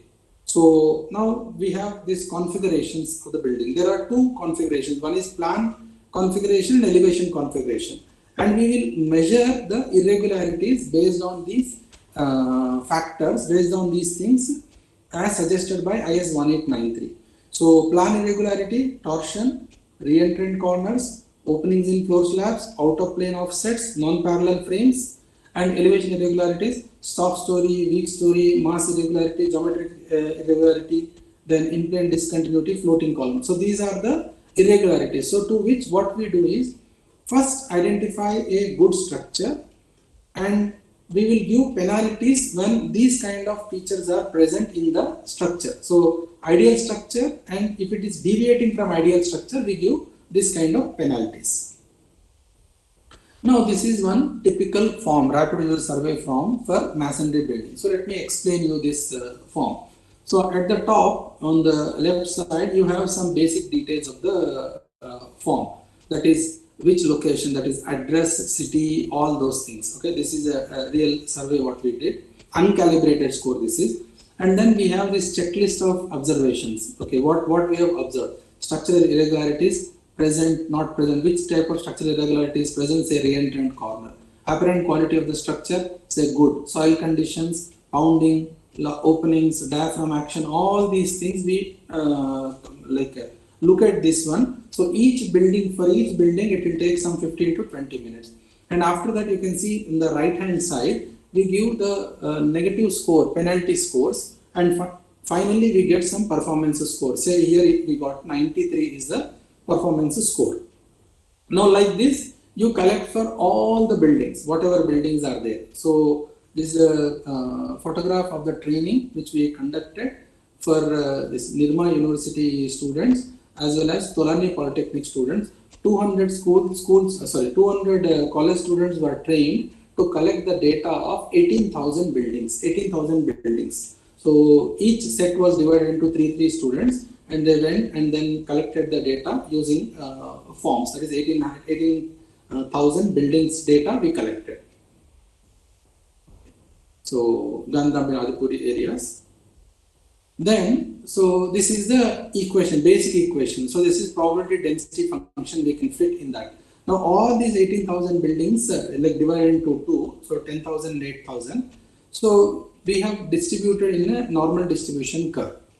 Okay. These scores are ranging from say 0 to 100. So what do we do is, say we have mean score, mean plus or minus 1 sigma, 2 sigma, 3 sigma, like that. We have divided this into different groups. Okay. Now it is like we know that high score is good building, low score is weak building. That is clear. But benchmarking is required. So how to do benchmarking? So you can see in these colors. So left side from mean, blue color, green color, red color, and right side red, green, and blue. So what we have done was, after this rapid user survey, we selected something like 200 buildings, like 40 buildings in each range, and did the preliminary assessment of that building, preliminary assessment. So for benchmarking of the scores. Okay, so we did this preliminary assessment in another project, that is Nanded. So one project we could not do end to end. So we got that in Nanded. Maharashtra government gave the project, wherein we have used 5,000 buildings, and then detailed survey we did in Himachal Pradesh for 10,000 buildings. Now I'm explaining this 10,000 buildings score, that is the Gaussian distribution curve was set up, and then we selected 200 buildings, 40 buildings in each category. Okay, and then next level what we did was went and collected the data of the building. So building's real data, that means dimensions of the building, the rebound hammer, core cutter we have taken, and then found out the material strength of the building, and finally modeled that building. So after modeling the building, what usually happens is, on ground building and the computer model building, there will be huge difference actually. It's not exactly same. So first is dynamic parameters we have to match. So for that, what we have done, took the vibration, high precision vibration sensor, and measured the natural period of the building. And then computer model building and the real that measured natural period, both are differing. So we have tweaked in the model to match the real building, so that the building, real building and the computer model building, both were giving the same dynamic parameters. So now computer model building, that is simulated building, is exactly giving the real building response. Then after that, this in computer, we have subjected that building to higher level of ground motions, that is 0.1 g P ground acceleration, increased it to 0.2 g, increased it to 0.3 g, like that up to 1 g, or till the structure collapses. So that is what is calibration was done. So input ground motion was amplified to find out the building's full capacity. Okay, and then we found out the damage curves. Okay, now you look at this damage curves. Okay, I hope you are able to see the curves. Yes, sir. Yeah, now please pay attention to these curves. So these curves have been developed using the data of 10,000 buildings. Okay, now you can look at horizontal axis, we have 20 to 100 score, and vertical axis we have P ground acceleration value. Now let us select a building, for example, say Delhi.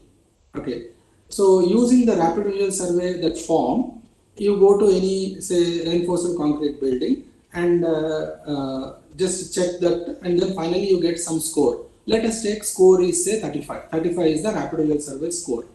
Okay, and it is in the building is in say zone 5 area. So for example, zone 5 area, not in Delhi but zone 5 area.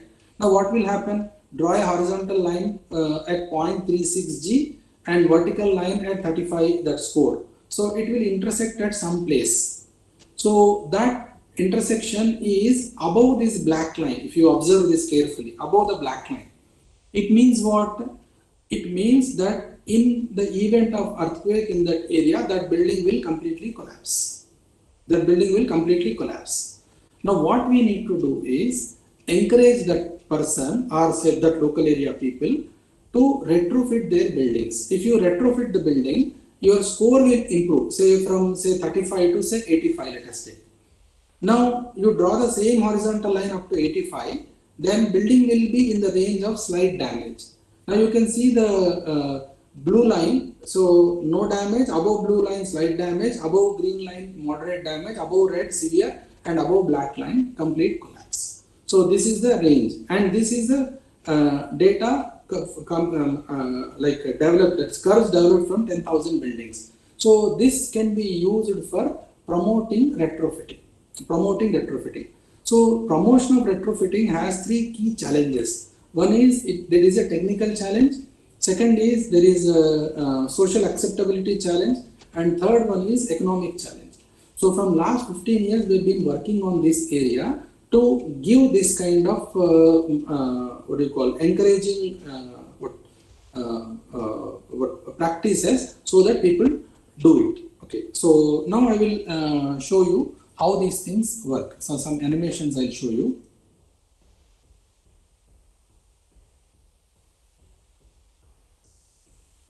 Sorry. Are you able to see my screen? Yes, sir. Just 1 second.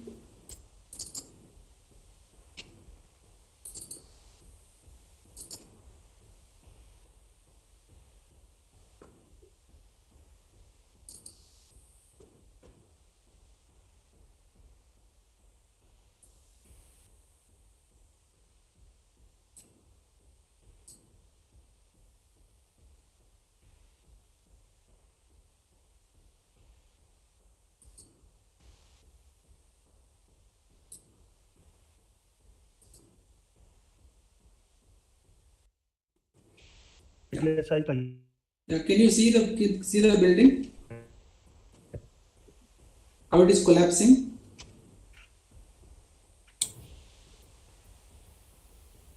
Okay, so now if you take this kind of building, madam, you are able to see the animation? तो उसके लिए valid होता है। Hello? Yes, sir. Pradeep sir, please continue. Some local disturbance. Okay, sorry. Right. Animation is visible now properly? Yes, yes. Right. Yeah. So now you can see for this building. Now, can you give score? What kind of score we can give? 30, 40, 50. You can check. Very low score. Now it is collapsing. So what we need to do is like do a retrofitting in a system itself, and if we do some retrofitting, how the building score is improving. So that we need to demonstrate and encourage people. Okay, so that demonstration, there's some disturbance is coming. Request Mr. Verma to please mute yourself. Mr. Verma, please mute yourself. Even Salila, can you mute out, please? 2 into perfect के लिए -3 होगा इसलिए ना जो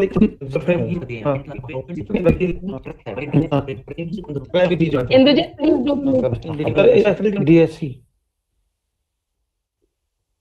Yes. Sorry, sir. Sorry for the interruption. Yeah, sure, no problem.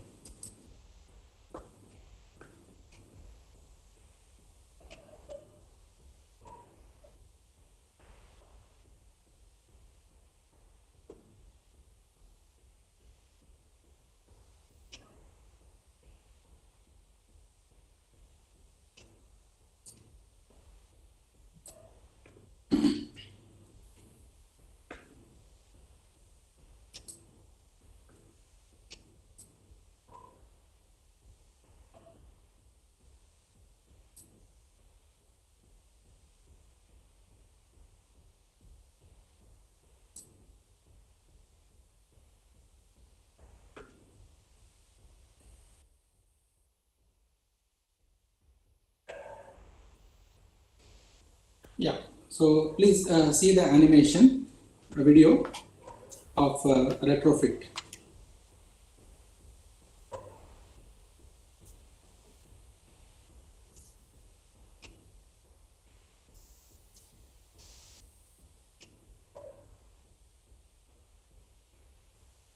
Yeah, can you observe the collapse of the building and the other building which is not collapsing?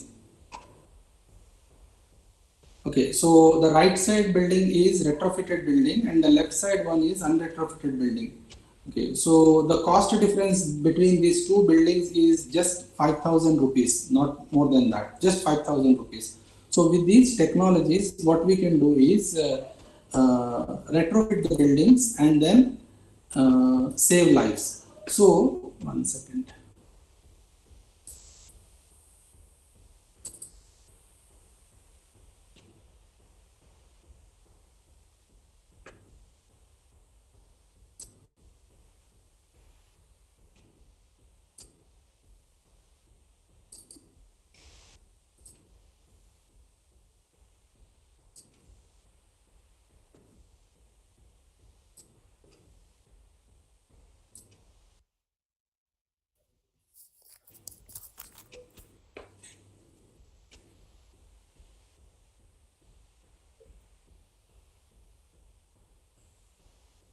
can you observe the performance of the building, which is retrofitted,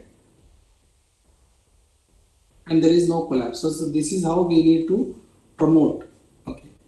Now coming back to our simplified assessment. Yeah, let me come back to simplified assessment. Okay. So how do we do this? How do we come to the simplified assessment? So there are 4 quantitative approaches for strengthening of seismically deficient building. One is code compliance approach. Second one is capacity spectrum pushover approach. Third one is R factor, and fourth one is displacement coefficient. So I will be discussing first 2. So first one is code compliance approach. So this this method can be easily adopted, and so people from Delhi can use this one in real live projects. So there are 3 stages in this method. One is input data stage, second one is analysis stage, and third was retrofit and verification stage. So let us come first do the input stage. In that, step 1. First one is we need to study the soil conditions at the site. So hard soil, medium soil, soft soil, depending on its bearing capacity or N values, SPT values, we get this one. So study the soil conditions. And then in soft soil, if it is soft soil, then we need to get the modulus of subgrade reaction also. Then step 2 is measure the actual geometry of the structure and its member cross sections. That is second one. Now how do we do it? By using some surveys, so or like sophisticated equipment you can use, or tape you can use, and get the geometry of the structure. Then third one is conduct this non-destructive tests, that is NDT tests, and you can draw the core samples from buildings to find out the actual strength of the concrete. So this is NDT test, okay, and core cutting. Then step 4 is you conduct a non-destructive test and on structurally insignificant members to get the like steel, and then corrosion also, to get the strength of the steel and to what extent it has been corroded. These are the 4 things. Okay. So in first 4 steps we have soil, and then structure geometry, concrete strength, and steel strength. These are the 4 things we got from the input stage. Then next one is we prepare the 3D model of that, 3D model of the structure. So something like this, 3D model of the structure, because we have the geometry and we have material properties also. So you can create the structure and assign these material properties to the structure and the boundary conditions. Then after that, in analysis, what do we do is by using IS 1893 and design spectrum for 5% damping, we calculate the base shear of the structure. So V is equal to AH, we know that, and this Z by 2 I by R SA by G values, AH we calculate, and then finally we calculate base shear and its distribution over the height of the structure. So base shear and its distribution. Now this base shear is now applied onto the building. This base shear is applied onto the building. So when it is applied onto the building, we get these stress resultants, that is axial force, shear force, bending moment, and torsion. So all these 4 values for each member we will get. So this is actually linear elastic analysis, and we also calculate inter-story drift. So total 5 things we are calculating: axial force, shear force, flexure, torsion, as well as inter-story drift. So these values we calculate, and then what we do is we already have the section sizes as well as material properties. So using section sizes as well as material properties, we calculate the capacity of the material, so capacity of that member to resist the stress resultants. Then what do this is the thing. Then what do we do is identify the deficient members. What are the deficient members? We have capacity on one side and what demand on another side. Demand we got from the design spectrum, capacity we got from all the measurements and doing structural analysis. So doing structural analysis we got demand, and capacity also we got from the member cross sections as well as material properties. So once we identify deficient members, we do the retrofitting of those deficient members. So what usually happens is, once you retrofit, say like ground floor columns are retrofitted, for example. So usually what happens is, damage will shift to another floor. So we have to do this analysis first and verify for ourselves whether the structure is able to sustain the earthquake or not. It's not that ground floor columns are weak, retrofit ground floor columns. So it will be only patchwork actually. It will be only patchwork. So retrofit, yes, deficient members. And what you can do is, this retrofitting is in computer actually, we've not done execution till. Then what you do is reanalyze the structure and again identify if any member is failing. So then once it is through, then you check all the check and satisfy for yourself that demand of stress resultants is less than the capacity at each critical section. So once that is done, we can release the drawings for execution. So that is what is a step number 14. So if step 13 is satisfied, then detailed sub-retrofit is converted into blueprint for execution. So this is very, very simplified method. Now let us go to a detailed one, that is in terms of nonlinear static pushover analysis. Let me discuss the details. Yeah. So pushover analysis. Yeah. So building, if you are pushing to find out the capacity, that is pushover analysis. Courtesy of C.R. Murthy, the figure. Now coming to this nonlinear static pushover analysis is a very, very popular tool. So for what? For finding out the seismic evaluation of existing structures as well as new structures for both. So it has been discussed first in ATC 40 in 1996, and FEMA 273 document consists of this procedure. So what pushover analysis will provide? First, it will give us the adequate information on the seismic demand imposed by ground motion on the structural system and its components. So this nonlinear procedure it is, okay, it has three important components. One is the demand. So it is a representation of the ground motion is demand. Second is the capacity. So capacity is the ability of the structure to resist that demand. Then third is the performance. To what extent these two are matching, capacity and demand. To what extent these two are matching. Now let's first find out the capacity. So the overall capacity depends on the capacity of the individual components. Okay. So overall capacity depends on the capacity of the individual components. So in order to find the overall capacity, we need to push the structure to find out what is its overall capacity. Okay. And then after that, we will subject that to the actual demand to know what is the performance. That is what happens. I'm not going into this mathematical model. Okay. So demand is earthquake ground motion got converted into response spectrum, and response spectra is converted into the design spectrum. So in design spectrum, there is a range of natural periods on the x-axis. On y-axis, there is to what acceleration this will be subjected, and depending on the natural period of the structure, what is the amplification of the ground motion at the roof of that structure. So that is what is the actual demand. So that curve, the SA by G curve actually gives the amplification multiplied by Z value. So that means Z value multiplied by that amplification. And performance is the intersection of these two things. Okay. Now there are performance limits. So we need to understand these limits. So some of you may be popular with these names. So first one is operational building performance level.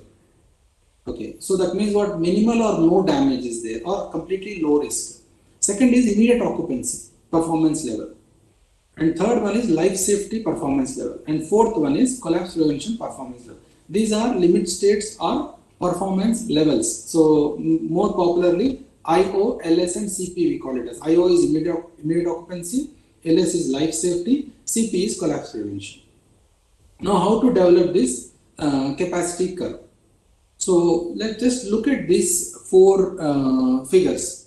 So the first figure is actually indicating the stress strain curve of the material stress strain curve it is. The second figure is indicating that is cross section of the structure, cross section of the member. Okay, where you have beam cross section and rods in tension, steel in tension, steel in compression. And the third figure, which is at the bottom, that is element beam. Okay, where loading is there. And the fourth one is the structure which is pushed. Okay, and then this is load deformation curve of the structure. So here in material, we look at stress strain curve. So it should have adequate ductility in it. Then when it comes to cross section, we look at moment curvature relationship. Moment curvature relationship. Okay. Then when it comes to member, we look at member, that moment rotation relationship. And when it comes to structure, we look at load deformation. So there are four kinds of ductilities. One is material ductility, second is cross-section ductility, third one is member ductility, and fourth one is structure ductility. These four ductilities are there. Okay, so material, cross-section, member, finally the structure ductility. So that is what we will study. Now let's look at material. In material, say concrete, so there are several models. So the two popular models are there. One is Kent and Park model. Okay, you can look at this. In this one, this shows two curves. One is red curve and second one is blue curve. So blue curve is of unconfined concrete strength. That is stress strain curve of unconfined concrete. And this red curve is the stress strain curve of confined concrete. So if you look at the confined concrete, okay, you look at the curve in detail, you have these four letters A, B, C and D.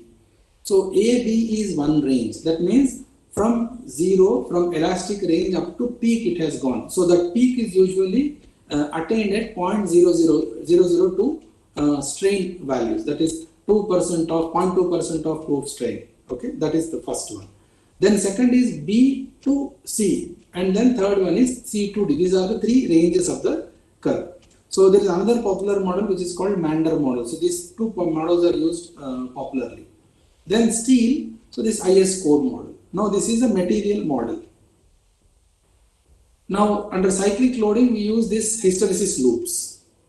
Then next, anyway we are discussing about pushover curve. So now let's come to the second, cross section. So we need cross section moment curvature relationship. So these are usual assumption, tensile strength is concrete is ignored, all that. Now when we give strain to a cross section member or load the structure, then there will be stress resultants, and depending on the strain profile, we can compute the stress. So now you can see one is strain profile and the next three are stress profiles, and the last one is the equivalent block parameters. Now this second, third and fourth curves, if you observe, the second curve is within the range of A and B, strain range A and B. Third curve is strain range BC. Fourth curve is strain range C and D. So C and D has gone to the plastic state. All three curves put together, we have this stress block parameters, that is alpha parameter and gamma parameter. So alpha is the mean stress parameter and gamma is the that centroid factor from top. So the equations used for getting those curves are simplified equations. You can see this is mean stress factor and centroid factor. This alpha is mean stress factor and then gamma is the centroid factor. So using this alpha and gamma, depending on how we are pushing the structure, and then whatever strains we are getting from those things, we will derive this one. So now this is moment curvature relationship, and from there we get moment rotation relationship. Here we calculate the plastic hinge. Okay, so rotation is nothing but integration of curvature over the length. So that is M by EI. Curvature is M by EI diagram. You get rotation from A to B. So finally you get yield rotation and plastic rotation, and you can calculate length of plastic hinge also. You can see these are the formulae using which. Now here you can observe in this figure, there are total 6 columns and 4 beams. 6 columns and 4 beams, if you observe carefully. And then there are dots present in that. For each element, there are two dots. Okay, their dots are kept at that L1, L2 locations. So they are the locations of the plastic hinge. So potentially every member will have 2 plastic hinge locations. That means if 10 members are there, there will be 20 plastic hinge locations, 20 plastic hinge locations. The entire pushover curve depends on how these hinges are getting formed. First one, sequencing of hinges, first one which hinge, second which hinge, third which hinge. And also these hinges are passing through the three stages. That is collapse prevention, life safety, immediate occupancy, like that in that sequence, like immediate occupancy, collapse prevention, life safety, that kind of sequence these hinges will pass. Okay. So now in terms of hinges, there are flexural hinges, okay, and then shear hinges, torsion hinge and axial hinge. These are the 4 types of hinges. Okay. And then yeah, so immediate occupancy, life safety and collapse prevention, these stages it will pass. Then finally we come to base shear versus roof displacement curve. You push the structure and you get that. Okay. Now if you look at this two diagrams, there are, first one is saying that weak column strong beam swing mechanism, and the second one is beam mechanism. So in the first one, even though deformation is small, all hinges have been formed in the ground floor. In second one, even though many hinges have been formed, and even though this deformation is very large, building has not collapsed. Building still can survive. So it depends on how we are sequencing the hinges and how we are distributing the cross sections, and how we are understanding the behavior of the structure. So for this, several iterations have to be done to arrive at this one. So cost of the structure may be same, both cost may be same, but it is appropriate. It is something like fat is good, but proportion, where it is, where that fat is in human body, that is very important. If it is distributed properly, then it is fine. But if it is deposited only at few locations, it is not good. Exactly like this one. So plastic hinges, if they are distributed evenly, then behavior of the structure will be good in terms of in the event of earthquakes. Yeah. So then we can record this base shear versus roof displacement. And then once we get this one, base shear versus roof displacement, we can convert this base shear versus roof displacement into spectral acceleration and spectral displacement curves. So that is called ADRS, acceleration displacement response spectrum. Okay, now I will show you the application of this one again in the same method. So input data stage is same, analysis stage is same, but when it comes to the step number 12, we need to calculate the soil spill, because we need to do soil structure interaction also in this one. Then if say masonry infills are there, we need to calculate that strut action also, moment rotation relationship for beams, moment rotation relationship for column. All these things have to be inputted in the software package, and then you do the pushover analysis. Now this is the collapse mechanism. This is what I discussed. Now coming to this curve, you can look at this curve. This is the design spectrum curve. Left side, that is spectral acceleration versus natural period curve. That curve is converted into, you can observe the x-axis, T got converted into SD using that equation which is given there. So natural period got converted into spectral displacement using T as well as spectral acceleration. So we get x-axis spectral displacement, y-axis spectral acceleration. Okay. And then there is another important thing, that is damping. When the structure is elastic till that, okay, we assume this damping as 5%, that is beta 0 is that 5%. But when we are pushing the structure, energy is getting dissipated. So let us take this black dot in the second, that middle curve. Let us take black dot. So black dot is, we are expecting our structure's performance will be at that point. So we are expecting that much displacement in the structure in the event of earthquake. Let us assume that. So this is the expected performance. So this shaded area, that is triangle shaded area, is elastic energy, and this rhombus kind of area is the hysteresis energy. So ED, cyclic energy, and elastic energy, that is ES and ED, those values you plug in here to get the effective damping.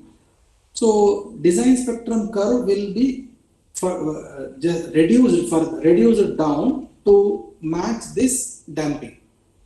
Okay. And then what we do is, what we get is this First, that pink color curve is capacity curve. Then second black color curve is demand curve. And these two curves are intersecting to get a performance point. So that the designer first decides that. So if they are exactly matching that one, that means they have whatever I have designed for, my structure is behaving like that. But if it is going right, like right side or left side, then we need to do one iteration and finally arrive at that point so that we have that capacity. Okay. So in short, like in finally, summary is like in earthquake disaster management, we have these 6 items. If you look at that, okay, prevention, mitigation, preparedness, response, rehabilitation, reconstruction. Actually, it is written that 5 aspects. Why 5 aspects? Because prevention of earthquake is not possible. We cannot prevent earthquake because it is natural event. So mitigation and preparedness are in our hands before earthquake. Response, rehabilitation, and reconstruction. They are actually reactive approaches. Okay. So in architect's hand and structural engineering, design engineer's hand, mitigation and preparedness is there. So we work usually on mitigation. So there is a calculation that if we spend 1 rupee before earthquake, it is equivalent to 200 rupees after earthquake. So it is better. We all suppose, I assume that a lot of students are also listening to this lecture. So please pay attention to structural analysis, learn fundamentals. If you want all the buildings to be safe, make one promise that you will not copy even a single assignment till you graduate. That is very, very important. You learn, you design, and have a confidence that whatever structure you are designing in whichever earthquake zone, that is safe, and take pride in such kind of design. And for that, we don't have to do very high-fi tasks. Just learn the fundamentals and understand how code works. That's all. So that is, now in this graph, let me explain. This curve shows that if our acceptable damage, that is on x-axis, if it is increasing, our cost of the structure is down. That means if you are investing low cost, then damage will be more. That is what is the curve showing. Then if damage of the structure in the event of earthquake is more, then retrofit cost will be more. That is in this direction. You can understand these two curves. Okay. So initial cost, if you are reducing, that means more damage will take place, and then more high retrofitting cost will take place. Now, where to stop, how much damage to accept? Now, this retrofit curve will give very, very important information. There is an intersection point between these two curves. So that intersection point is very, very significant. What is that? If you go beyond intersection, there will be life loss. If you are stopping below intersection, then structure will be damaged, but life loss won't be there. So that is what is this one: immediate occupancy, life safety, and collapse prevention. Okay. So with this, I would like to stop here, and if you have any questions, I would like to address. So thank you very much, madam. Thank you, sir. Yeah. Amir sir, would you like to continue? Thank you, Pradeep Saab. This is Dr. Amir from National Institute of Disaster Management. And thank you very much for everything. It's a wonderful presentation. And you have elaborated so many things about your projects in Maharashtra as well as in Bhuj. So in that Gandhidham, basically. Yes. So I just want to know about something about this Himachal Pradesh project outcome, as well as some construction practices which we are following in Delhi. So can you say a few words about this, because we are focusing slightly more on Delhi during this course. Okay, so now important thing to focus on Delhi is there are many buildings, especially now I'm talking about the recent last 10-15 years constructions. Okay, so there are many tall buildings which are coming up, and in many areas these tall buildings are getting constructed on not on hard soils but on soft soil deposits or some medium soil deposits.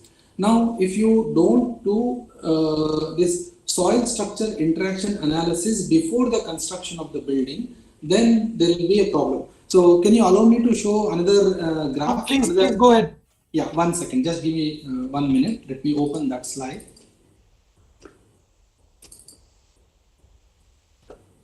Amir sir, we also have amongst us Mahesh Tandon sir.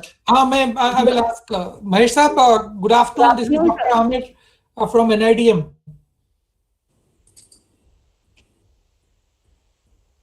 Dr. Mahesh Tandon sir.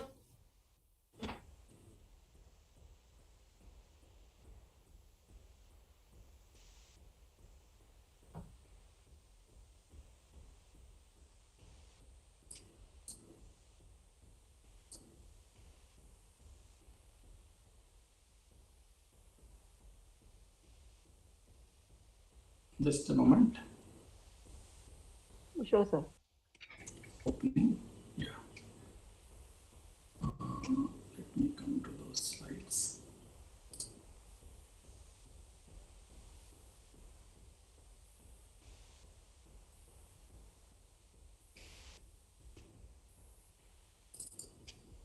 Yeah, this one. Okay. See, soil structure interaction, low rise, soft soil, low rise, medium, low rise in soft soil, medium soil, hard rock. It's not a big worry. But mid rise building in soft soil, medium soil, high rise building in soft, medium, and hard. We need this one, soil structure interaction. Okay. I'm not going into those theory details. So you can look at this one, soil. Now, how the ground motion is getting amplified. When it is, say, hard rock, amplification is very less, and soft soil deposits, acceleration amplification has taken place. And this acceleration will be inputted to the structure. Structure will receive this amplified ground motion. Now, there are 4 types of structure. I'll focus only on buildings now, tall buildings. Let us focus on this one. Okay. So, if it is soft soil, so usually we go on this pile supported structures. This is say regular spectrum, and if soil building is supported on springs, that is soft soil, then spectrum will be something different. You can see this green color. Green color spectrum is actual spectrum, but when we consider fixed base, this is the spectrum. That dark red color is the spectrum actually. Actual one is green color spectrum. What building will behave like that? Now let's look at this. By considering soil structure interaction, blue color is the actual response, but designers are taking up this green color. Okay, now this is the problem.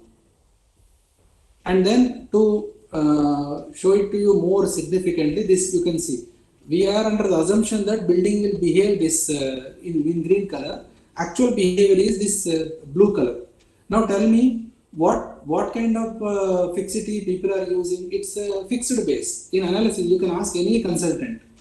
Okay, right. So more than 99% of the buildings are designed by assuming fixed base. So the soil structure interaction is important for tall buildings in Delhi region. That is one thing.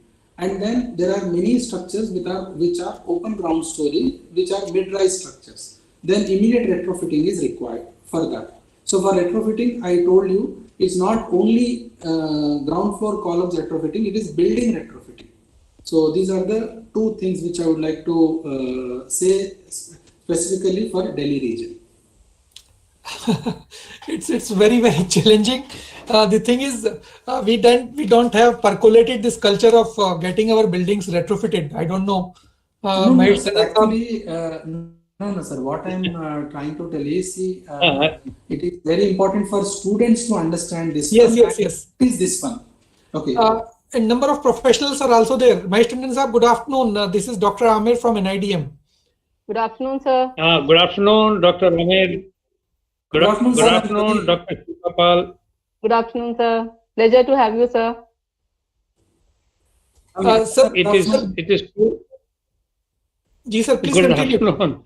It is true that the culture of retrofitting doesn't exist. As a matter of fact, some of the engineers who were asked to do some work, even the housing societies are not allowing them to enter the area. Yes, That's true.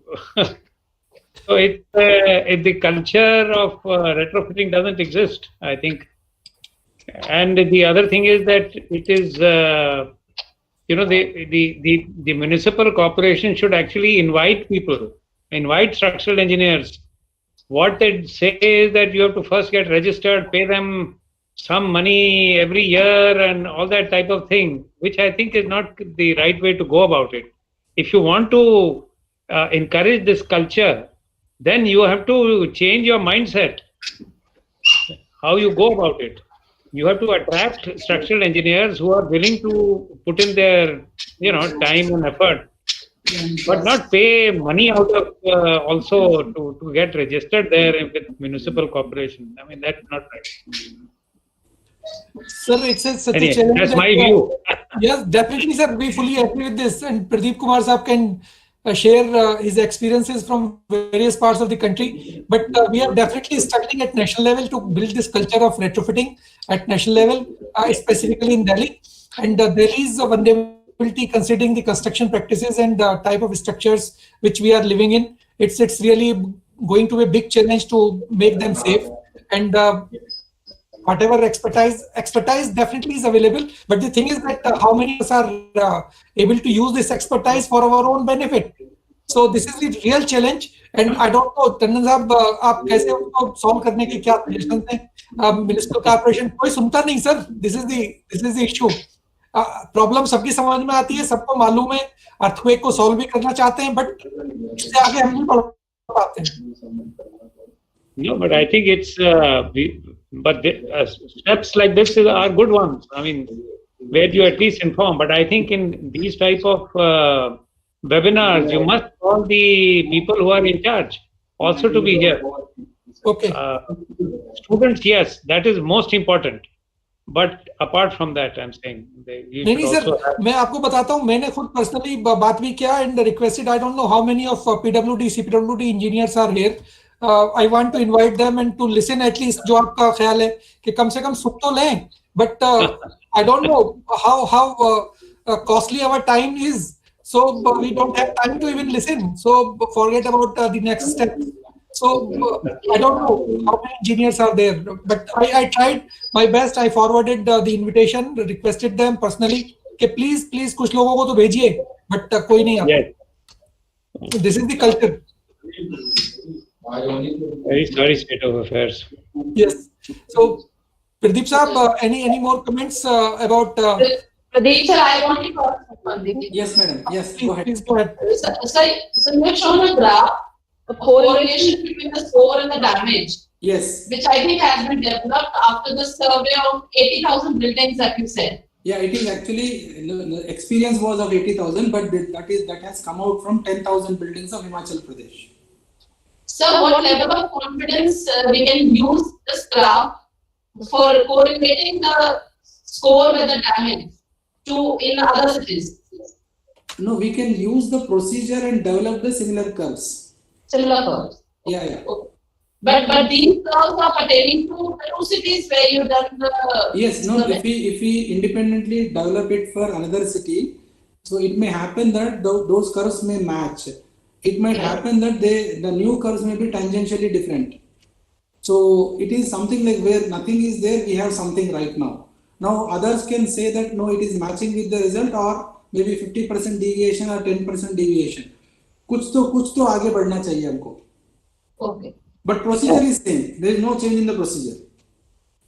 Dr. Pradeep, I wanted to ask a question. Yes, you sir. touched upon it at the beginning of your lecture, but you didn't elaborate. Yes, sir. I mean, the question is that no drawings are available, and you mentioned that only architectural drawings are available sometimes. Yes. Now the question is that all these curves, etc., whatever you are doing to find out the capacity, Yes. how do you go about it if you have no idea about the structural drawings, the concrete strength, the reinforcement, where it is located and how much? How do you go about it? Yes, sir. So yeah, it's a very important question, sir. Say one is the hi-fi solution I am telling, which will come later. That is, we are trying to do this a drone survey and get the building details. That is one thing. That is a high-tech solution. The second is like in a colony, if you get the permission for one or two buildings, you can do physical measurement and get the data. That's what we did. But that is only the concrete dimensions. You still don't know the reinforcement unless Reinforcement also. Some government buildings we did. If they have drawings, of course, there's no problem. No, without drawings, sir. The rebar locator, we have some equipment. So with that, we found out. Yes. I think. Till we get the real drawings, sir. Till we get the real drawing, this is as good as it can be. So that is the only solution, yeah. Yes. But the buildings don't, we go to the MCD and all, they say हमारे पास कुछ नहीं है. The building is front of you. Now you see how you want to prepare the drawings. का है जो हमने किया है कि गवर्नमेंट बिल्डिंग को टेस्ट करने का परमिशन दीजिए, तोड़ेंगे नहीं उसको, बस उतना ही. The moment you do that, then people, it will percolate into people, it will become news, people will understand that this kind of thing is required. So we have to link it with some kind of tax benefits, all those things. कुछ न कुछ देना पड़ेगा. But sir, government authorities, they say that, you please give the permission, you do the structural audit and tell us that demolish this building. That's easiest. और एक चीज मैं बोलना चाह रहा हूँ, this is very like the biggest kind of comment. हालत अभी ऐसा है, एज ए इंजीनियर हम कुछ कर सकते हैं, नहीं कर सकते हैं, अपने आप को पूछना है. हम कुछ कर सकते हैं, so let us start from there. Whatever it is, हालत ऐसे ही रहेगा. अपन कुछ करेंगे तो आगे बढ़ेगा. बस अभी इतने लोग अटेंड कर रहे हैं ना, and there is a discussion. So put some students, go and get the data and demonstrate it and say that कुछ डराइए, गिर जाएगा, मर जाएंगे, all these things, and then slowly go forward and get the permission of retrofitting of one hospital in Delhi region, maybe few schools in Delhi region. आप अगर कर सकेंगे तो for next maybe 2-3 years you will be the most popular person. Now you can say that this building is safe, we have retrofitted as per the current Indian standards. ये करना चाहिए अपने को. Sir, I think that is the only way forward. We look for some good practices to follow at least. So I think that is the only way forward. Not only from this program, other programs and in coming programs as well. Do your bit of efforts, whatever you can do. That's what I'm telling. Yeah, चाहे वो training हो, चाहे वो implement करके दिखाना हो, चाहे वो RVS करना हो, कोई भी चीज हो, but do your bit of efforts and do it sincerely. That is the only thing you can do. You can't change a society overnight, but वो तो है ना जो आपने लिखा था, invest now or pay later. So अपना investment कर दीजिए and pray for the God कि वो बाद में पे ना करना पड़े, अपने एफर्ट पे काम चल जाए. So that is the all thing.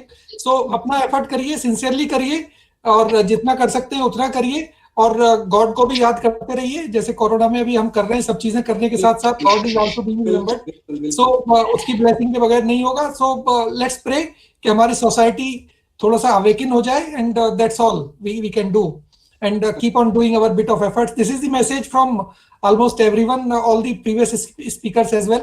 Okay, it's a long way to go, definitely, and until we put our bit of whatever effort we can make, as you rightly mentioned, we are not going to make it a success story. और कहीं ना कहीं से शुरुआत होगी. Hope कि after this programme at least कुछ एक दो एंटरप्रेन्योर, एक दो स्टूडेंट, एक दो प्रोफेशनल कोई निकल के आए और एक साथ बिल्डिंग के बारे में सोचना शुरू करे. And that is the success story from this program. Another thing sir, India में ये एक एडवांटेज ये है कि आप चेक करके देख लीजिए, प्रूवन ट्रैक रिकॉर्ड है. मोबाइल कैच करने में बहुत टाइम नहीं लगा अपने को, मोबाइल. यस. तो ये रेट्रोफिटिंग वाला अगर एक बार मतलब आग पकड़ लिया तो within a decade we will become champions in that area. Yes. यहाँ अजय साहब बैठे भी हैं यहाँ पे, डॉक्टर अजय फ्रॉम CBRI. तो he is expert in that area. Okay, तो 4-5 स्कूल बिल्डिंग करवा दीजिए, खत्म. Show the demonstrations also. School and hospital, very critical structures. If we start doing it, perfect, things will go forward. Yes. So Shilpa, it's your turn now. Yes, sir. So on behalf of all of us, I extend a warm thank you to you for sharing your expertise. A very nice and excellent presentation where you have given the in and outs of RVS, from where to start with and where to go. Thank you so much, sir, for sharing your expertise, and please accept the certificate as a token of remembrance from DTU and NITM for sharing your expertise with us. Thank you so much. Thank you so much, madam. Thank you. Yeah. Over to you, Salila, please, for continuing the session further. Thank you, sir, for sparing your valuable time with us. We'll begin with our third session of the second day of the short-term training program. And it's my pleasure to introduce our third speaker for today, Dr. Ajay Chaurasia. Dr. Ajay Chaurasia is a senior principal scientist and professor CSIR. He's a group leader of 3D concrete printing group at CSIR Central Building Research Institute, Roorkee. He has earned his PhD from IIT Roorkee, and his area of interest encompasses precast buildings, structural health monitoring, experimental investigation of buildings and their components, earthquake-resistant design, post-earthquake damage assessment, numerical analysis, historical construction, to name a few. Dr. Chaurasia has guided over 5 PhDs, 30 students in postgraduate level and 60 students in bachelor level, and has more than 100 papers in national and international journals and conference proceedings, and more than 75 reports and a book to his name.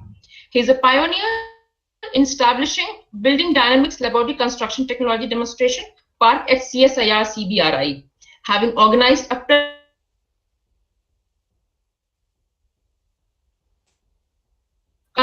consultancy and projects. He is also a member of building committee at several institutes like NIDM, BIS, to name a few. And today he'll be shedding light on retrofitting analysis and design for masonry buildings, a case study. Sir, it's an honor to welcome you, and we're looking forward to acquiring knowledge and guidance from you. Over to you, sir. Namaskar. Thank you so much for kind introduction, Ms. Salila. Can you permit me to present? Can I share my screen? Yes, sir, you can share your screen. On the right bottom, it's present now. You click on it and your entire screen and you share it.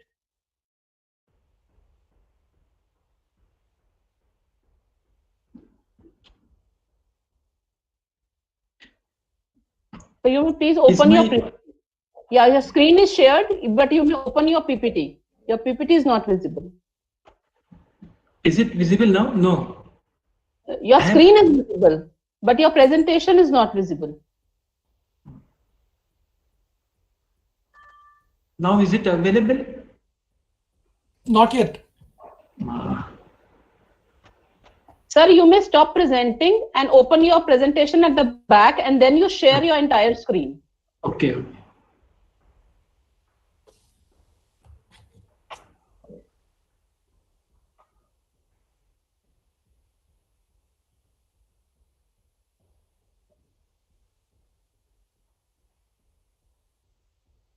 Yes, sir. Now it's there. Thank you. So, am I audible, ma'am, now? Top. Yes, yes, sir. yes, you are okay. Okay. Yes, okay. yes. Please go ahead. Yeah. Thank you, ma'am. So, thank you, everyone, and good evening from my side. First of all, it is my pleasant duty to present online presentation on analysis, design, and retrofitting of existing building. So I'm very much thankful to Shilpa ma'am and Amir sir for giving me an opportunity to share some of my experience on a very pertinent subject. And as you all are aware that we are at the moment passing through a crisis wherein we are falling shortage of beds in hospitals, I think all over the globe. And from this particular pandemic, we understood the importance of hospital buildings, important buildings, lifeline structure, and particularly the existing one. And when we talk about, apart from this pandemic, our other natural disasters, importantly the earthquake, when you talk about, so definitely in the previous lecture with Dr. Pradeep also we were discussing, and I was also enjoying the discussions on the risk. Recently during this COVID lockdown, I'm fascinated for Webflix movies, and in that I have come across a very good movie that is on the Harshad Mehta. So he was always mentioning risk. risk hai to ishq hai. So as we all are professional, so we should also have a ishq with our profession, passion to our and compassion with our engineering basic knowledge and its implementations to have disaster resilient buildings, particularly the existing one. Apart from the existing one, my focus will be on the masonry buildings, because in our country around 85% of existing building stocks comprised of a masonry building. So, and we are taking it granted most of the times, and hence this particular topic is very pertinent. And when you are focusing on the disaster resiliency of buildings, existing buildings in Delhi, most of the buildings are again I will shrewdly say that unreinforced masonry buildings without any earthquake resistant measures. And importantly, whenever you are talking about the risk, which is a function of hazard, exposure, vulnerability, and location. And I think this must have been covered in the previous lecture. And from that, in continuation to that, at the same time, we know that Delhi and entire NCR or entire Himalayan belt is again sitting on a very critical, or it is aligning along with the red ribbon or red band. So that is basically because the Indian plate is subducting into the Eurasian plate, and as a result, around 50 mm per year, Himalayas range is rising, and due to which high amount of strains are occurring, high amount of energy is getting stored, and the seismologists have fear that that energy can come out at any point of time, and it may lead to a great earthquakes. And as an engineer, we have to think on the superstructure, on the structures which are sitting or habitat in terms of particular building and other infrastructure which is sitting on the ground surface, how to protect them. And this is a well organized and well timed right time when we are discussing on this issue. At least we can take certain steps to protect our infrastructure, right? Not only the life safety, but also the buildings as well as business losses. So whenever earthquake occurs, so you come across typical failures in terms of in-plane failure, out-of-plane failure, different type of mechanisms of failure, and every time same story is sung, and then people say lack of knowledge and all, but it is not so. As far as India is concerned, India is very much strong in its knowledge base as far as earthquake understanding and design and construction practice is concerned. Only lacuna is in the implementation and maintenance stage. So for that purpose, whenever we focus on the masonry buildings, typical damage pattern we come across in the masonry houses are in plane or out of plane failure, which may lead to first of all collapse of all non-structural elements. Then apart from that, the structural element, basically in masonry buildings, walls are the structural elements. So typical cracks or typical damages which we observe is basically the separation of two perpendicular walls, diagonal cracks, collapse of parapet wall if the walls are very flexible or excessively large in length, long. Then in that case, out of plane failure of the walls at the middle portion, so and so forth. So these are the typical failures of masonry buildings which we have observed in the past, and whenever earthquake occurs, we come across such kind of damages. Learning from these damages, we need to understand that what are the failure modes which generally occurs in the masonry building.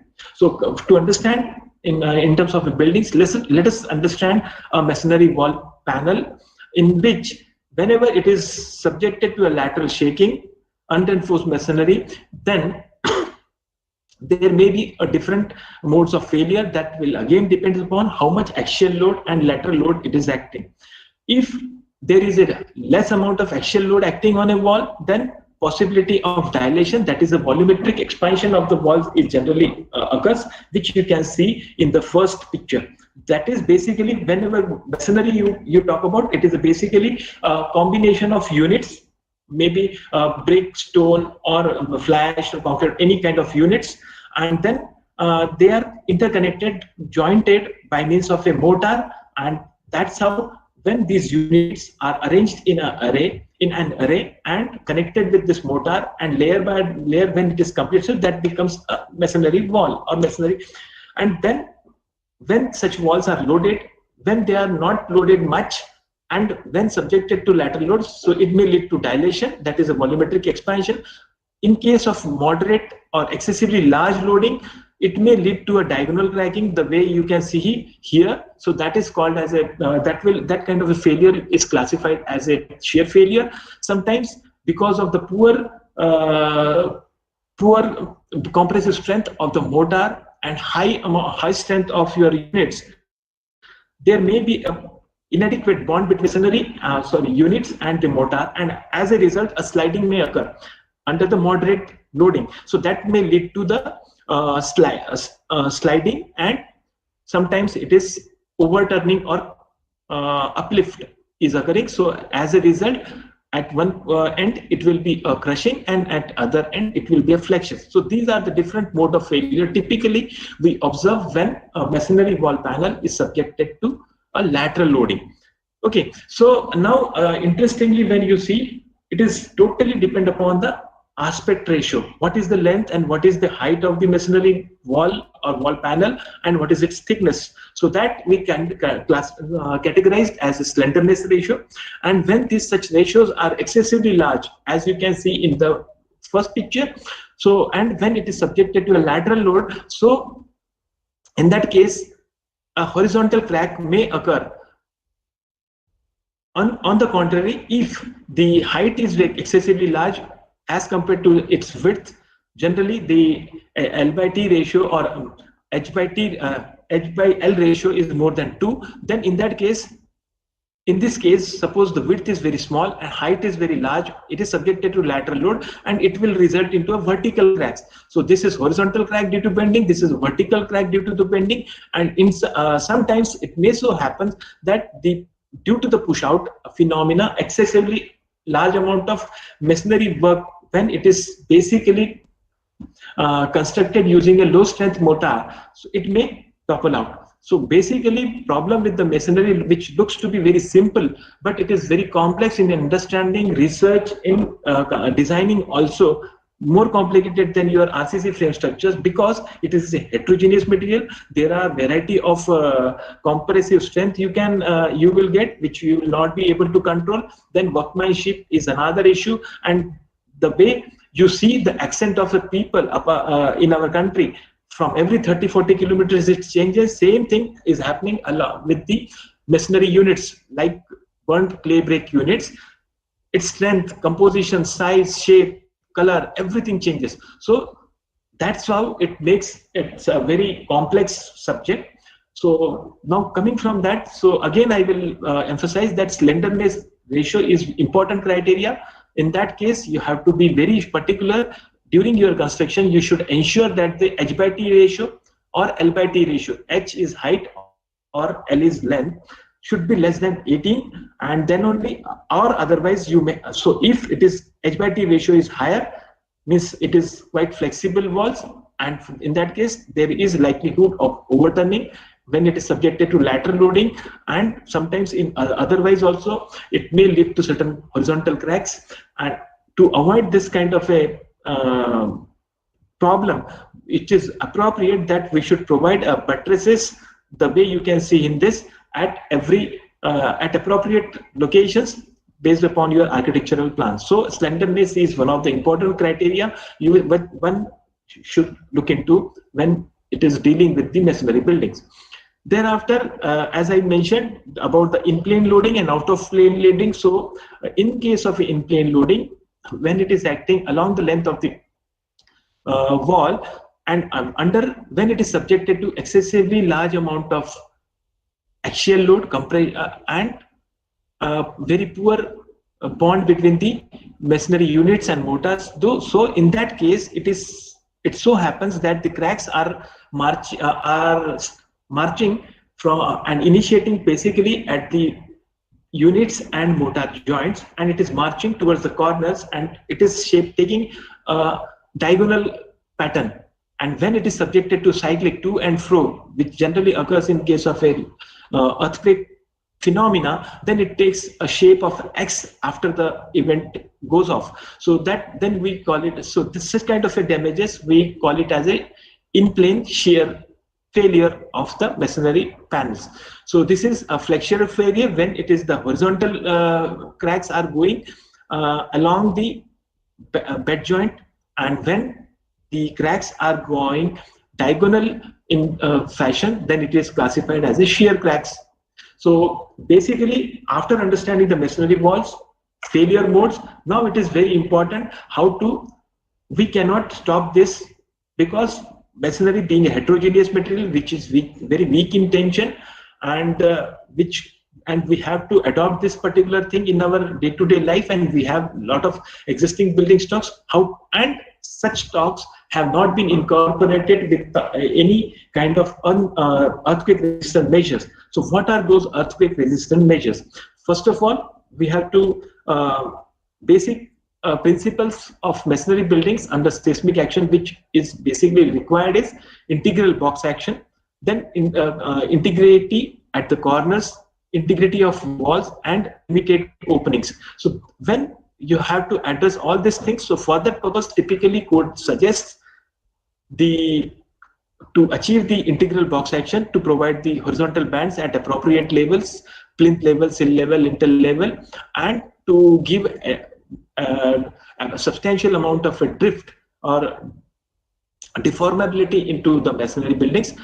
One has to provide the corner vertical reinforcement, and in addition to that, the reinforcement along the openings and jamb.